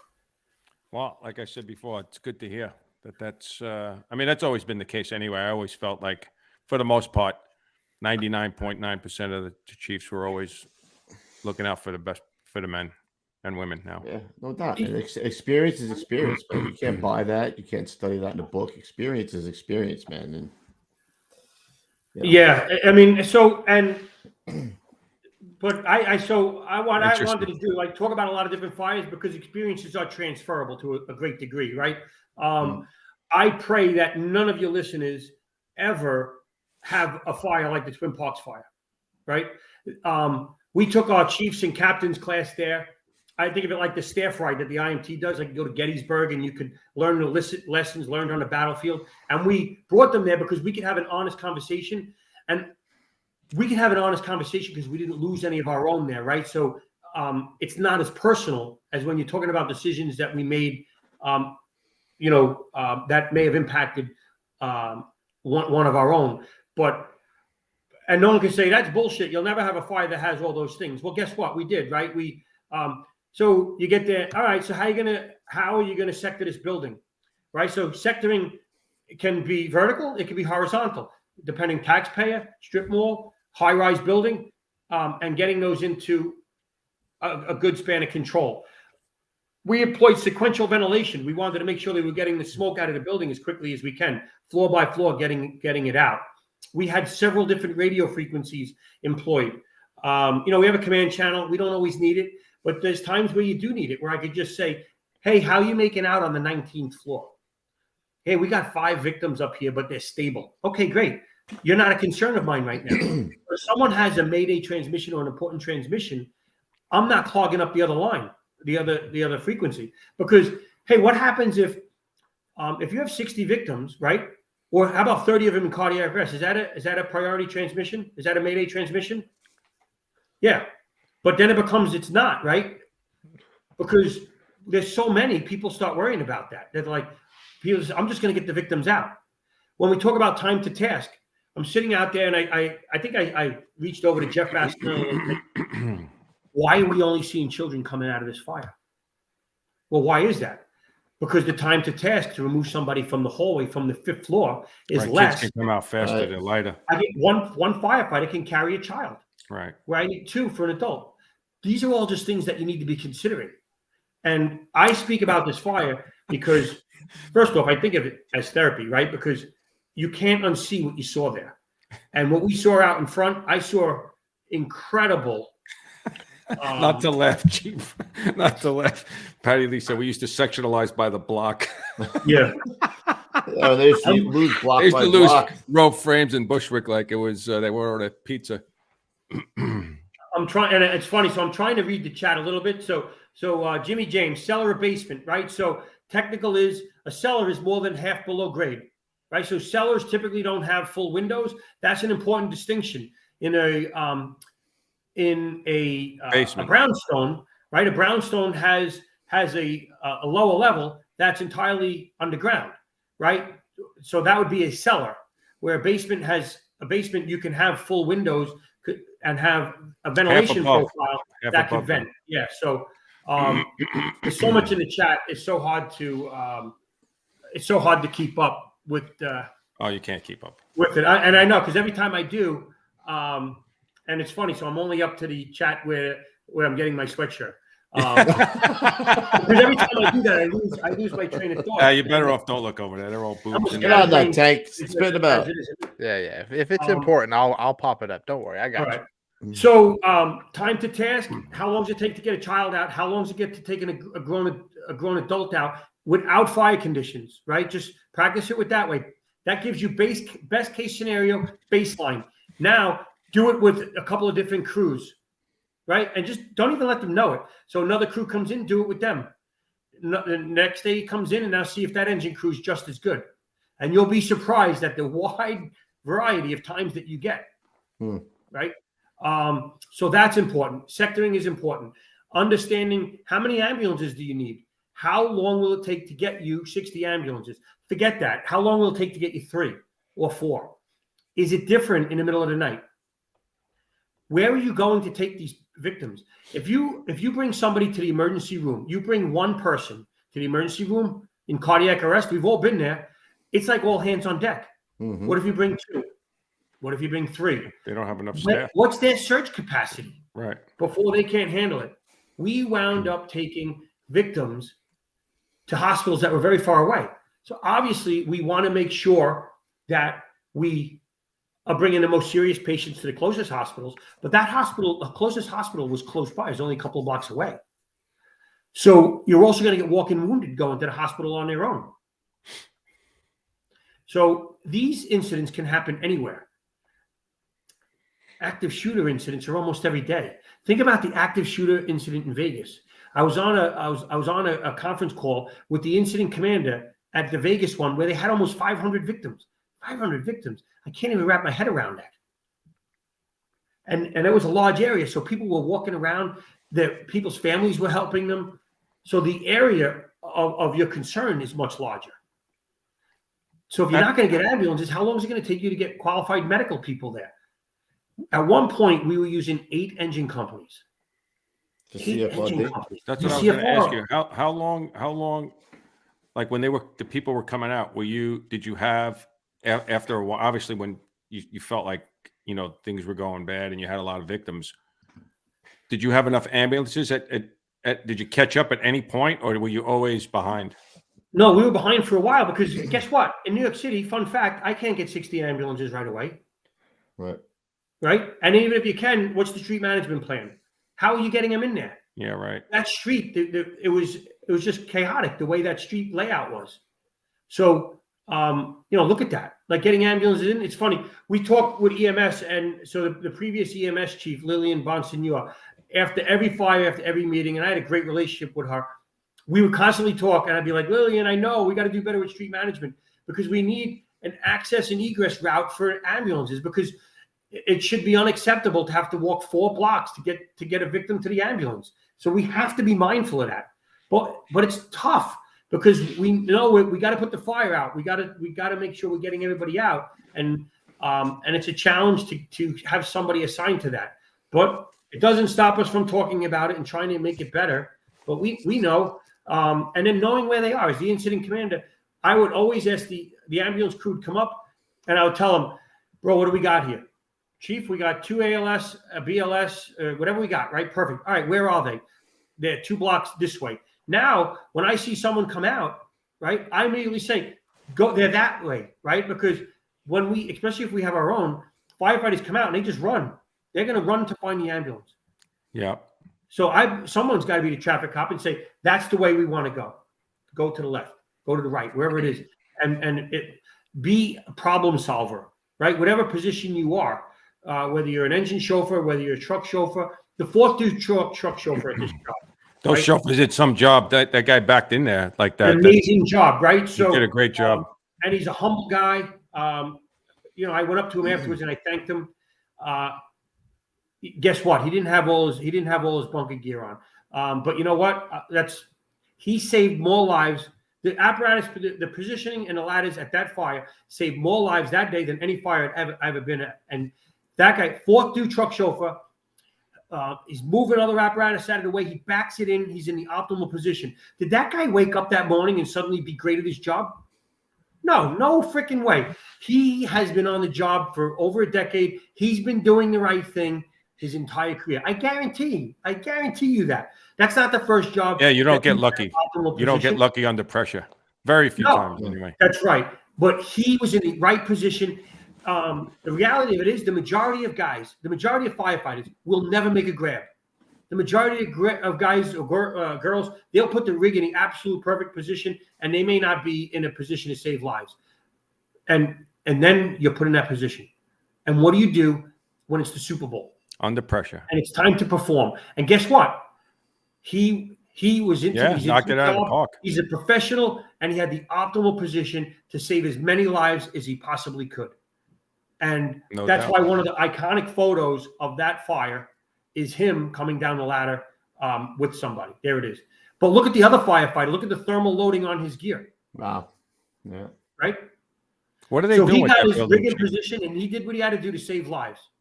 And that's what matters. And again, it's about that continual. It is all about that continual desire to be the best that you could possibly be. And that chauffeur, to me, is the epitome of that entire job.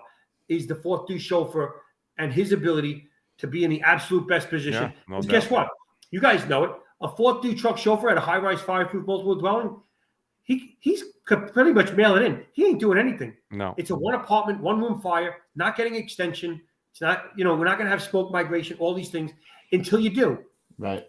And there he was, ready to perform on game day. I bet you in that area, he's done that 1,000 times. We talked about this job. We did a little thing about this job right after it happened, and we talked about just every picture. You see those aerials, reaching in there in spots that that normally wouldn't have the way the rig would respond in, right? So they had to back in and do all sorts of crazy stuff, and they definitely saved a lot of people. There's no doubt about that.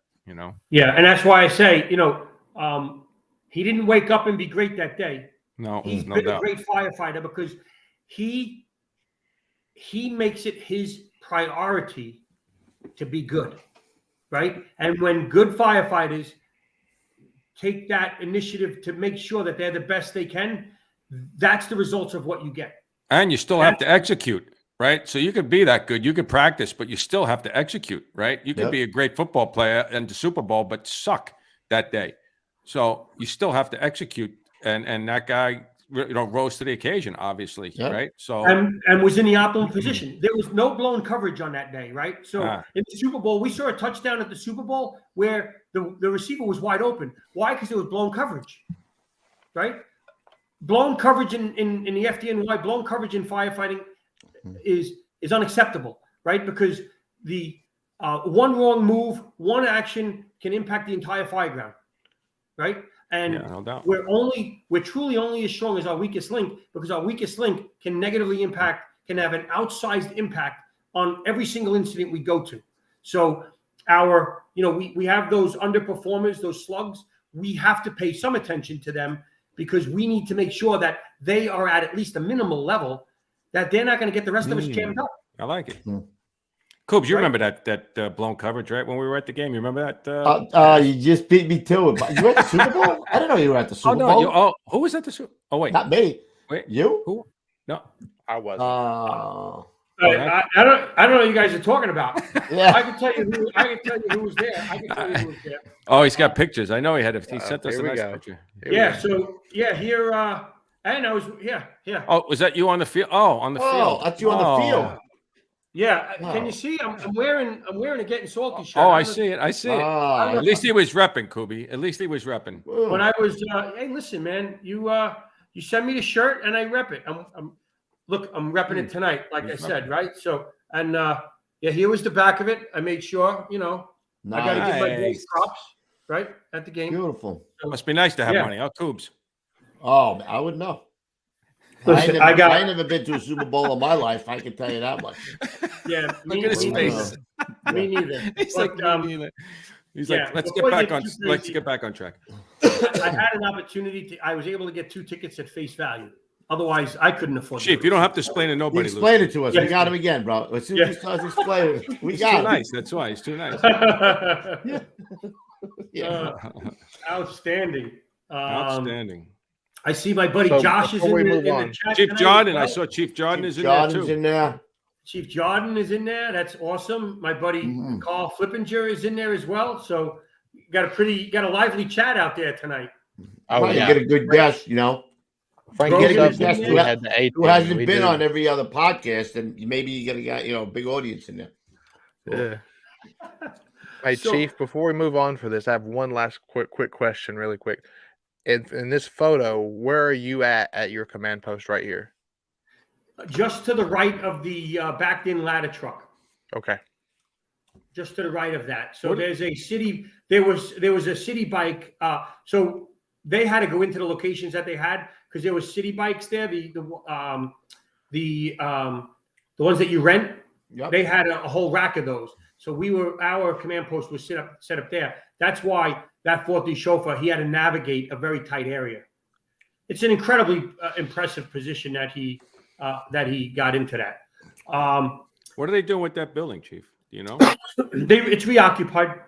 Is it really? Yeah, it was reoccupied. Most of the apartments were reoccupied pretty quickly. Yeah. Because wasn't there an incident in that building beforehand? Yeah, years ago there was a WMYF article on that building. We have to use the word of the day because I'm dying here, needing a drink. I'm dying here. Sloppy seconds. Oh,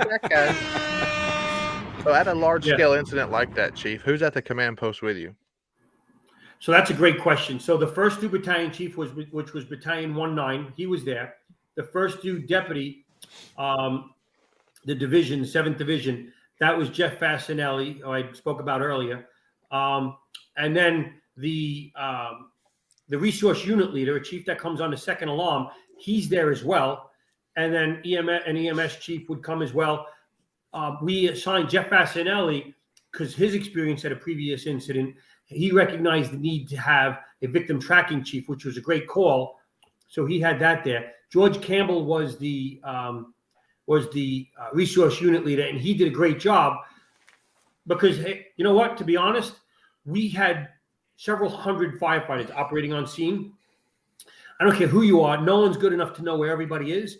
He was likely the only guy on scene that knew where everybody was. And I was able to reach back to him and say, hey, where's this unit, or who's got this sector? I tried to remember who the sectors were, but I couldn't remember who was assigned there, right? You only have, when you think about mental performance and you think about all those different things, your bandwidth to do stuff is only so great. And we overestimate our ability. So have a good support staff there to help command the fire. If you need more people, bring them in. So then I come in as the citywide tour commander. Then on the 4th alarm, the chief of operations comes. 5th alarm, chief of department comes. And if you need more people, you bring them in. I also had the SOC chief was at the command post. He was serving as my subject matter expertise with that for our SOC. Thor Johansson was at the command post for a good part of that job. He was working in the rescue battalion that day. So you have all of these different pieces coming in and just utilize them all, right? Then safety comes and he's doing stuff for you. And it's just utilizing your team and recognizing that it's the team that gets the job done, not the individual, because again, we're good, but we're probably not as good as we think we are. And recognizing what you don't know, or those blind spots, is critically important. And I went and started talking about the basements and cellars before, but I talk about this fire because there's so many lessons learned. I'm proud of the job that our people did at this fire and at every fire that we go to, because of what we put into it. And there's so many transferable lessons to so many other people in departments. And it's why there is so much that we can learn about this. We could talk for hours about the lessons learned on this fire alone, but then next thing you know, you guys will be having me back for a third and a fourth, and eventually you're going to run out of work. It'll be like sloppy eighths by the time we get here.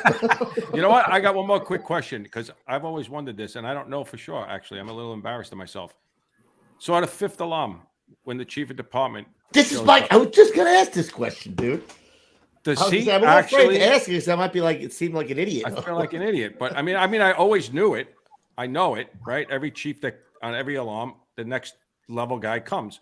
Does he really take over as far as making those final decisions, or is it still the guy who's kind of in the game? No, that's a great question. No, they're not taking over.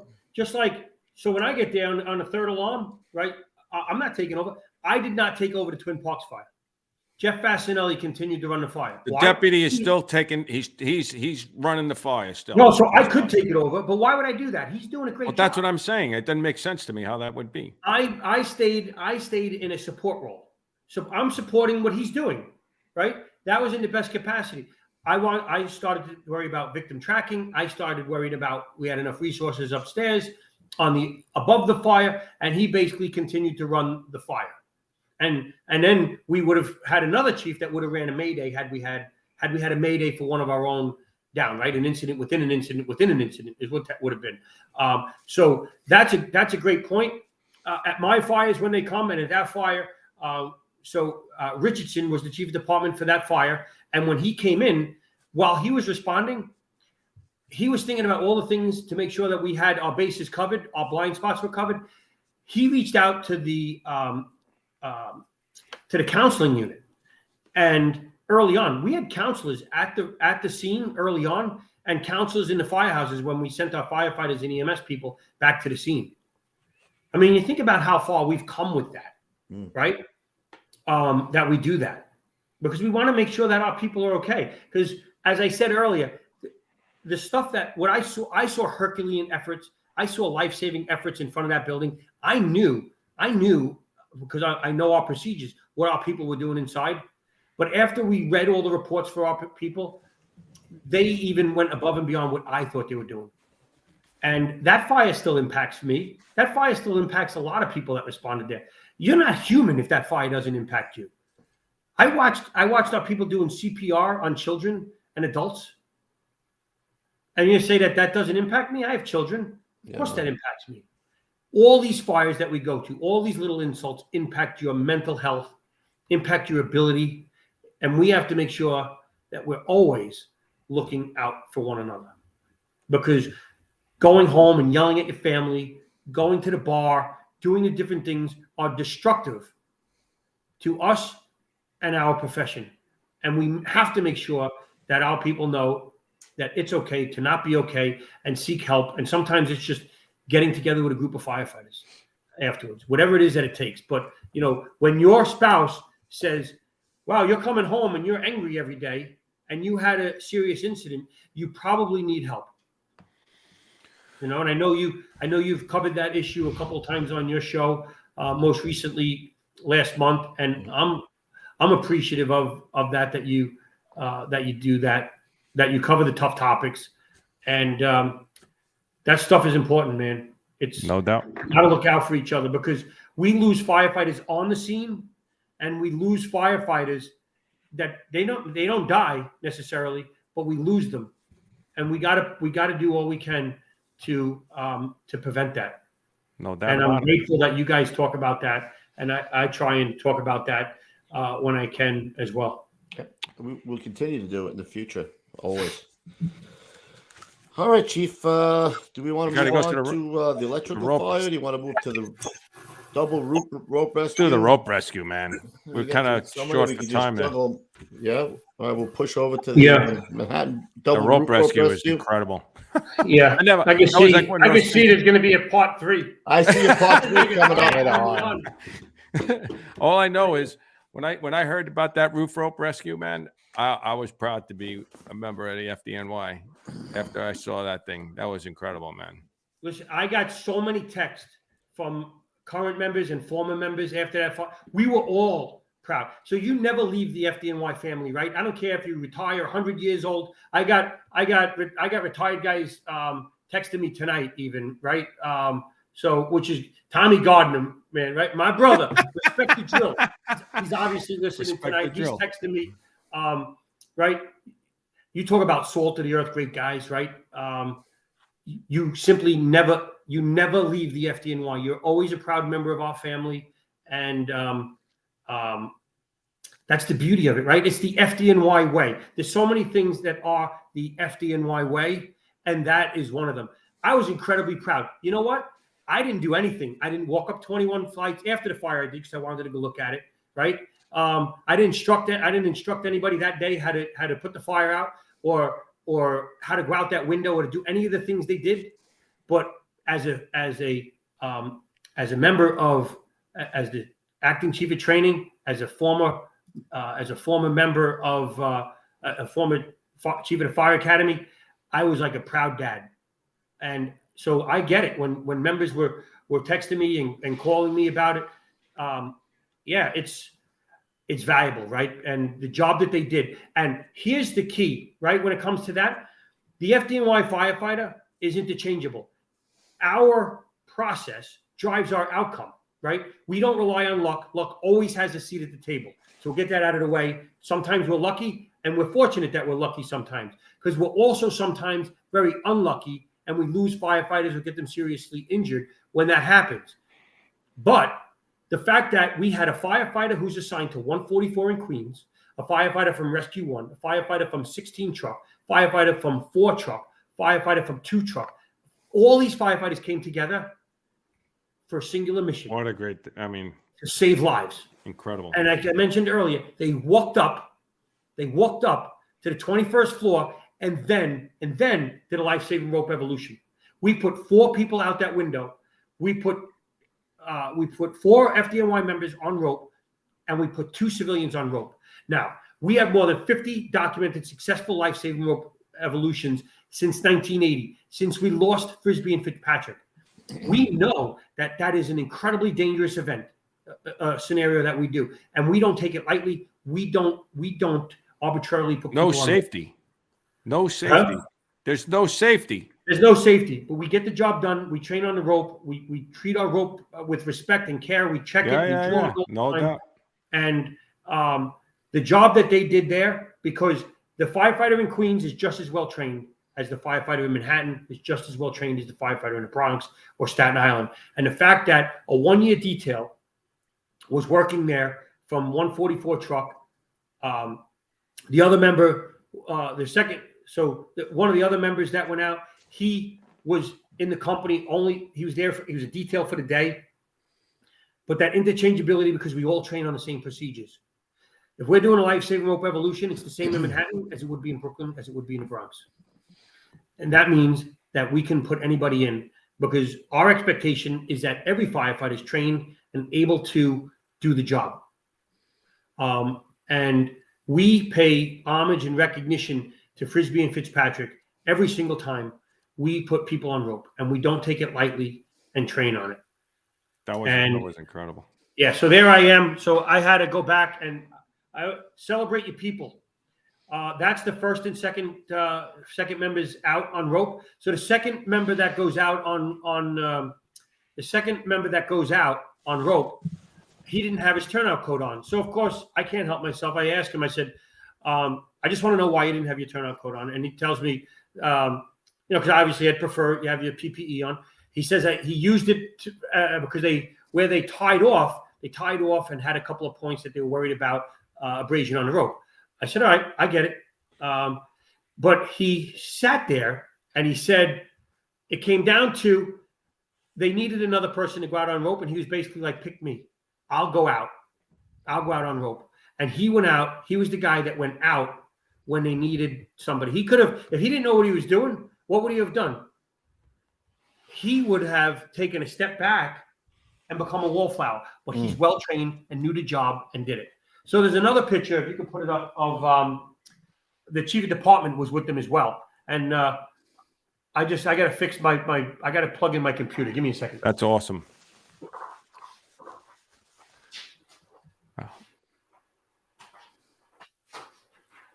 That's freaking awesome. I swear it was like I remember Dennis Smith saying, when Dennis Smith came on the show, what did he say? He said, I'm FDNY trained. I could do anything.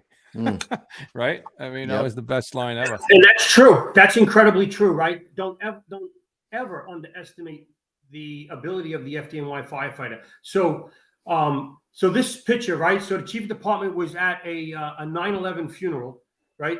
Upstate New York. He called me on his way, and he said, how's it going down there? I said, I knew where he was. I was updating him regularly as I could. I was texting him because he was inside the church at the time, and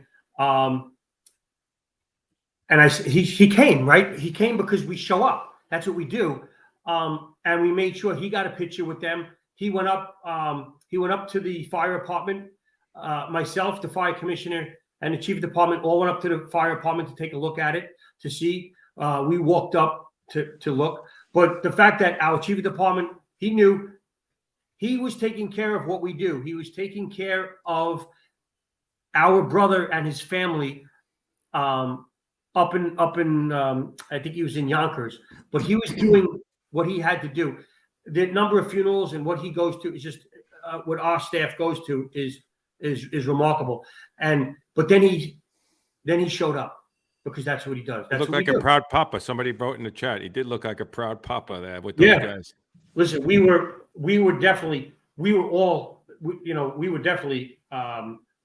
proud. Yeah, it's because how do you not celebrate that? So I didn't get my picture on scene with those two guys, so I went back to 16 truck, and because after that fire, we become public information officers, right? I knew it's going to be a media circus, and it should never be no comment. We should be part of the story, and that's what we did. We made sure that that we were setting the narrative and celebrating our people.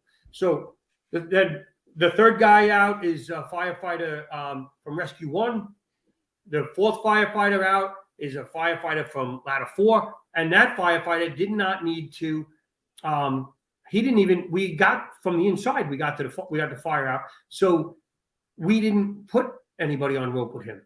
So, so that was, again, just an amazing event, and so many learning points there. Some firefighters walking up 21 flights or 20 floors, right, realize that they probably need to get in better shape, right, and making sure that maybe you don't bunker up and you're able to let your gear breathe on you as you're walking up. Different things. So I see a question in the chat regarding fifth alarm. No, after a fifth alarm, it used to be called a borough call. And then a couple of years ago, it seems like we were going to 7th, 8th, 9th, even like a 12th alarm. And then about 2 years ago, I guess I want to say, we changed that policy back to where it's supposed to be the max is a 5th alarm, but then we'll just ask for more units to come. But for years, it was a 5th alarm was the max, and then it was a borough call. But I don't think it's been a while.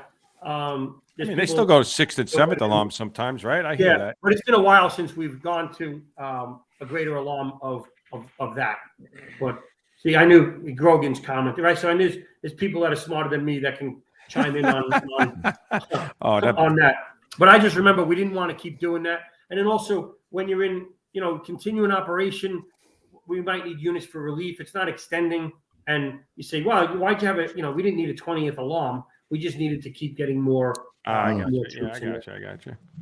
What did those guys all get medals? And rightfully so. Do you know? Yeah. So there's going to be several medals from that incident. I don't know how many. I know. There you go, Chief Esposito. Only special calls after the 5th. See, I told you there's smarter people in the chat. So there's there'll be medal day. There'll be people going to medal day from several of the fires that we discussed today, but I don't know how many of them were notified yet. So I don't want to comment too much on that. Oh, yeah, that's coming up. But we still have. I knew this was going to happen, right? Hot 3. But I do want to bring up. I don't think we have time to talk about it, but the picture of the chief of department, chief of ops, when they're talking to me, if you bring that picture up, because I love that. We can talk about it. So that picture, right? So those guys have 70 years between them, and but they understand that team concept, right? So I'm there as the safety chief, and they always want an update and the angle that I'm coming at it, because it might be slightly different, because they know that I got their back and I'm going to protect their blind spot. But at that fire, right? So that's a 5th alarm at that point. Chief of operations there on the 4th. Chief of department there on the 5th. Actually, I believe the chief of operations was there a little sooner than that, but rat him out. But because again, we saw the citizen app, and I only know that because I spoke to him on the way in, like, hey, this is, I'm calling and making sure, hey, you respond. And he's like, yeah, I'm on my way, because we were able to see the fire. And no, you can look at a fire for a couple of minutes and understand that this fire is, going to wind up being a 4th or a 5th alarm. But that deference to the expertise on a particular incident where you understand that they're going to give you the complete picture is so important, that no one knows everything. And the fact that they understand that, and they know I'm looking out for their blind spots, is an incredibly powerful picture for people. They have a tremendous amount of experience, and they're still listening. And none of us are running the fire. We have people that are running the fire. And because, we're walking around, we're looking at it from safety aspects, from command aspects, everybody contributing a piece to the puzzle. That fire at that point was being run by the deputy chief and by deputy assistant Chief Dean Costa, who was the citywide tour commander that night. So that was in a bunch of buildings. So he was doing a lot of different stuff with command on that night. So is there a chief of operations, chief of department on every shift? No, they're just those individuals, and they would respond on a 4th or a 5th alarm. So that chief you just mentioned is not the only chief that was doing a lot of something on that. I may or may not have a clip that shows one chief that we know really well doing some really solid work. You do. Show it. Oh. Now our boy, our boy's in here. He's helping them hump hose, man. That's just leading from the front right there. Well, so that's a good video to comment on, since you have it. So here's the importance of that, right? So we were there getting our asses kicked for a long time, and at that point in the fire, so a couple of people said there was a lot of firefighters standing nearby. They could have done that as well. That's true, but they were tired, and I'm part of the team. And every once in a while, you gotta help out. I traditionally believe that an officer is an officer. He shouldn't have a tool in his hand, right? If I'm forcing a door, I'm either an officer or I'm forcing the door, right? And as a single engine officer, I force plenty of doors. But for those moments that you're doing that, it's hard to do. It's hard to do all of it. So I appreciate my firefighters, and to just give them a quick hand when they need it. I'm not above that. I'd help them pack hose. I don't care. I'm all in. I'm all in. Whatever it takes to get the job done. My firefighters certainly know that, and that's what it's all about. So that's all that was. I really only needed to help them for a few seconds, because even though those firefighters were tired, if that video went on for another couple of seconds, you would have saw that they would have got you. They jumped. Yeah, they weren't going to let the chief of safety stay on the line by himself for too long. But it's just getting in there. Chief Moore jumped on the line as well. But it's just getting it done, man. That's what it's about. Just get one mission, one team. That's what we are. That's what we all should try to be. Tank, do you have the video of him turning off the guy's tank and trying to steal the nozzle at that fire? No, I must have missed that one. Those squad guys. Come on, man. Come on, man. Come on, man. Come on, man. I told him. Didn't I tell him in the pre-show you should be playing a little bit more of that? He hasn't done more, man. Come on, man. So I think. I mean, we're at just about 2 hours. I think. We got a lot of fires. Listen, can you fit us in your schedule? I know you got a lot of podcasts coming up. Check his schedule. He might have to do Pin the Q first, and then he's going to do a National Fire Radio, and then I think he can fit us in sometime late December. Come on, guys. You know, I listen. I have a soft spot for you guys. I know you're a long time. I love your love for the job. I share the same love for it, and if your viewers want me back again, they already said it. We want you back. Guy right there, part 3. There was another guy, part 3. You know what? You know where you're gonna feel a better soft spot when I send you those sweatshirts. You're like, oh my god, that's true. You got to get one of Wiz now. Wiz is all over it, man. I mean, you'll have to go to Lou's house to find somewhere cold enough to wear it right now. But hey, whatever it takes. Come on, turn your heat off like Lou turns it off. So send you're gonna have to send me yours and Joe Wiz's address, and we'll get that out ASAP. Yeah, I got. You can just send it to me. I'll hold it over him. No, I'm only kidding, Joe. Joe, don't get back down to shape. Bedtime. All right, so part 3 it is. I still got to do an old school tip of the day. I know you still got other things to do. But we're gonna do an old school tip of the day, but I'm gonna take the rest of these fires and put it right over here for part 3. Look at that. Let's go. I got Chief Steve looking over it. He'll keep a look. And so at some point, I want to come on and do a podcast where we talk about cancer in the fire service and the steps that we need to take to best mitigate that, because that's a topic that's that is always top of mind for me, especially as we've, since my last time on this, we've had some other members of our job that have been diagnosed with some very challenging and serious cancers. And if everybody could please keep those brothers in your prayers. I can't stop thinking about some of these guys that I've recently learned about. They're just great individuals, and to see them, to see this is just, it's every day. It's devastating, and we just got to do we got to do better, right, to best protect our people. And I really would like to at some point come on and do an episode on that. So I'm inviting myself to a 4th episode. Although I already got 4 parts of the Rock. Welcome to the Rock series. So you do. You're like a regular. You're a go-to. You're like the bullpen. We call you right up. Let's get him in here.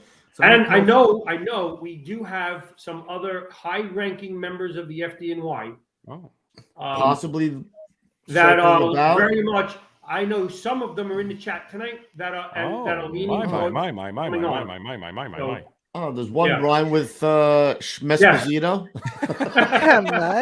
Come on. All right, so let's do the old school tip of the day. Are you ready? Are you ready? Are you ready? Here it comes. Ready for the close-up? Are you ready? It's time for yourself up. You good? Here it comes. I'm good, man. I'm good. You ready? Here, right, hold on. If my mom was on the chat, she'd be like, "Can you see me?" Here it is. Right, here we go. It's time for the old school tip of the day.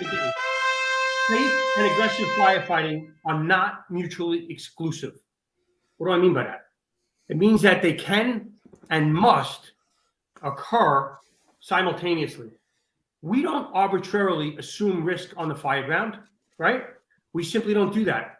It's trained on, it's calculated, and based on an ongoing size up of conditions. Arbitrary compromising safety does not equal aggressive firefighter. Although some people sometimes misunderstand that. What do I mean? For instance, if a firefighter becomes caught or entangled because they failed to fasten their waist strap, do they continue to be aggressive firefighter? No. They stop becoming an aggressive firefighter, and we then have a rescue, an aggressive rescue to rescue the firefighter.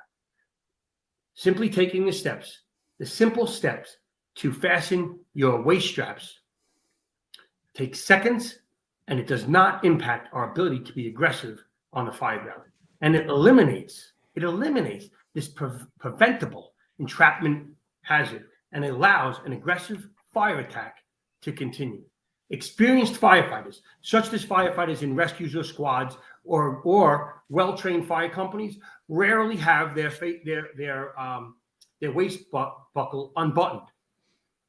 Simply take the steps to do that. You can tell a firefighter that's well-trained and into the job by how he shows up to the command post. Is he ready to go, fully dressed, buttoned up, equipment on, used properly, flashlight, radio, hood, waist buckle fashion? When you see that, you know you have a company that's ready to go to work. There's my old school tip of the day. I like it. The old take time to make time. Exactly. Take time to make time, my brothers. Come on. So I'm going to tell on myself a little bit here. So a couple years ago, I would do that. I would not buckle my waist strap because you see it on videos online and you think it looks cool and it's the hip thing to do. But then I started getting training. I started doing the right thing and teaching, learning. And then when I first started watching Getting Salty and Captain Murphy came on and the guys talked about how you're either ready or you're not. Every call, every tour, buttoned up, 100% ready to go. And it really set with me. And I was like, I'm just being lazy and neglectful to myself for what we're here to do. And I had to learn that lesson. Thankfully, not the hard way. But before I learned it the hard way, I learned that lesson. And so that's a great one. Perfect one. Just simple stuff, right? We talk about it. I want to make myself impossible to injure or kill. It's that simple. Hey, Mike the Buff is in the chat. I see him. He said he's 10-8 in New York City. I love it. Thank you, Michael. 10-8 available. 10-8 available. Good stuff. Good Chief, stuff. thank you for coming on again. We're going to have you on for another episode. And maybe another one after that. Who knows? Ruffy, do you have any shout-outs tonight, buddy, as I fall off my chair? No, it was just a fan of. I wanted to, when we talked about it this morning about Phil. That was it. All right. Well, Thursday night we have, was it the Jill Friedman? The old shows and the old guys coming on from the 60s. That should be a lot of fun. A lot of old timers coming on. We got 2 old timers coming on from 30. One from 31 truck, one from 28 truck. Like 80 years old. Yeah. It should be a good show. So we will see you Thursday. Tank, is there anything we got to button up before we get out? One more before we go. Do it, buddy. Well, thank you first and foremost for tuning in to another episode of the Gettin' Salty Experience. Think we're out of good content? Ha! Far from it. If you want to find us on the audio side, you can do so on all the players. We're available on, yes, I said that correctly, all the players. Spotify, Apple, wherever you get your podcasts. That's where we are. And if you're here tonight, congratulations. You found us on the Gettin' Salty Experience, which if you're not already subscribed, please do so. It's free, costs you nothing. You can also like and share, which also costs you nothing and helps us grow the audience of the show. You can also find us on social media if you so please. Of course, we're on Instagram where Lou posts great FDNY content from yesteryear. We're also on TikTok. Tangamus Prime is on top of that. And we're also on LinkedIn too, where yours truly, Mike McBob Cologne, is on top of things on that front. Head on over to GettinSaltyApparel.com, by the way, for all kinds of great merchandise, apparel, and accessories. There is a super chat, too. We thank each and every one of you for your support. You can open up your wallet and donate a amount of your choosing during the program. After all, you guys, yes, you guys are our #1 sponsors. Super thanks as well. If you missed the show live, you can show support through that means. If you still wish to open up your wallet, the super thanks is basically a thank you after the fact for another great episode of ours. The Facebook fan page is in existence too, now over 60,000 strong and continuing to grow. It's not created by us at the Gettin' Salty Experience, but it is nevertheless a great way to connect with firefighters from all over and fans of the show alike. If you want to advertise with the Gettin' Salty Experience, send your information on over to gettinsaltyads@gmail.com. And if you have any questions or have a guest suggestion, please send them to gettinsaltyexperience@gmail.com with the necessary contact information. And finally, if you have content for anything else, please send them to koobspodcast@gmail.com. Of course, that's Kevin Kubler's secondary email. And that's where you could send things like rig photos, firehouse kitchen tables, fire videos, helmet cam videos, tattoos, mustache photos, and yes, photos for the unofficial Hot Old Ladies contest that we may or may not be holding, allegedly. Thanks once again for tuning in to the Gettin' Salty Experience. Mike, he's good. We're so blessed to have him. Holy shit. If you can't entertain yourself. Oh, my God. Yeah. So funny. Oh, Well, man. I got to say, Chief Leeb, you Always are a like the pleasure, Rhodes Scholar of the FDNY. I mean this. You might be the most well-rounded, sharpest firefighter, Good looking. chief, good looking that I've ever run into coming Son down. of a And we've bitch. interviewed a lot of guys, and I sincerely mean that. You're like everything that comes. I out of appreciate your mouth I is appreciate genius. the opportunity to come on. You know, it's really cool. And just hey, one quick final shout out to some of the I know there's a bunch of volunteer firefighters on Long Island listening to this. I particularly know some of the guys in Bethpage, Farmingdale, South Farmingdale, and East Farmingdale that are watching. Several of them have reached out to me tonight. So shout out to those guys that are listening. Appreciate you being on the show, listening. Humbling to that so many people are listening in 2 hours in. So appreciate that. Ruffy, what happened? He's like the Rhodes Scholar of the FDNY, and we're Well, slinging look at us. around T-shirts. You know, I don't two- know what's wrong. Two nitwits. Two nitwits. Hey, we'll send you a sweatshirt, all right, kid? All right. Yeah, at least we know him. We do Right. know. Hey, I'm thankful for my Gettin' I Salty can say I sweatshirt. work Hey. with him. Tank the man. Look at Tank. Look Tank. at him. Tank, Tank yeah. the man. All You did a right. good job. Tank, good job tonight as well. Thank you. Thank Miss you. Sclafani. Miss Sclafani, Joan Sclafani. Richie Sclafani's mom is in the chat. Good night, my love. God bless. Mike Cologne, thank you for that tribute you put together. Gons, thank you for what you do. Haven't figured that out yet, but thank you for what you do too. No, I love you, kid. Only kid. We will never All right, forget Richie. What's that? We will never forget Richie. No, Nice to never. meet That's a fact. Yeah. All right, guys, we'll see you on Thursday. Until then, stay low and go. All righty, buddy. We'll see you at the big one. Hi, fam. Much love. See you on the fire floor.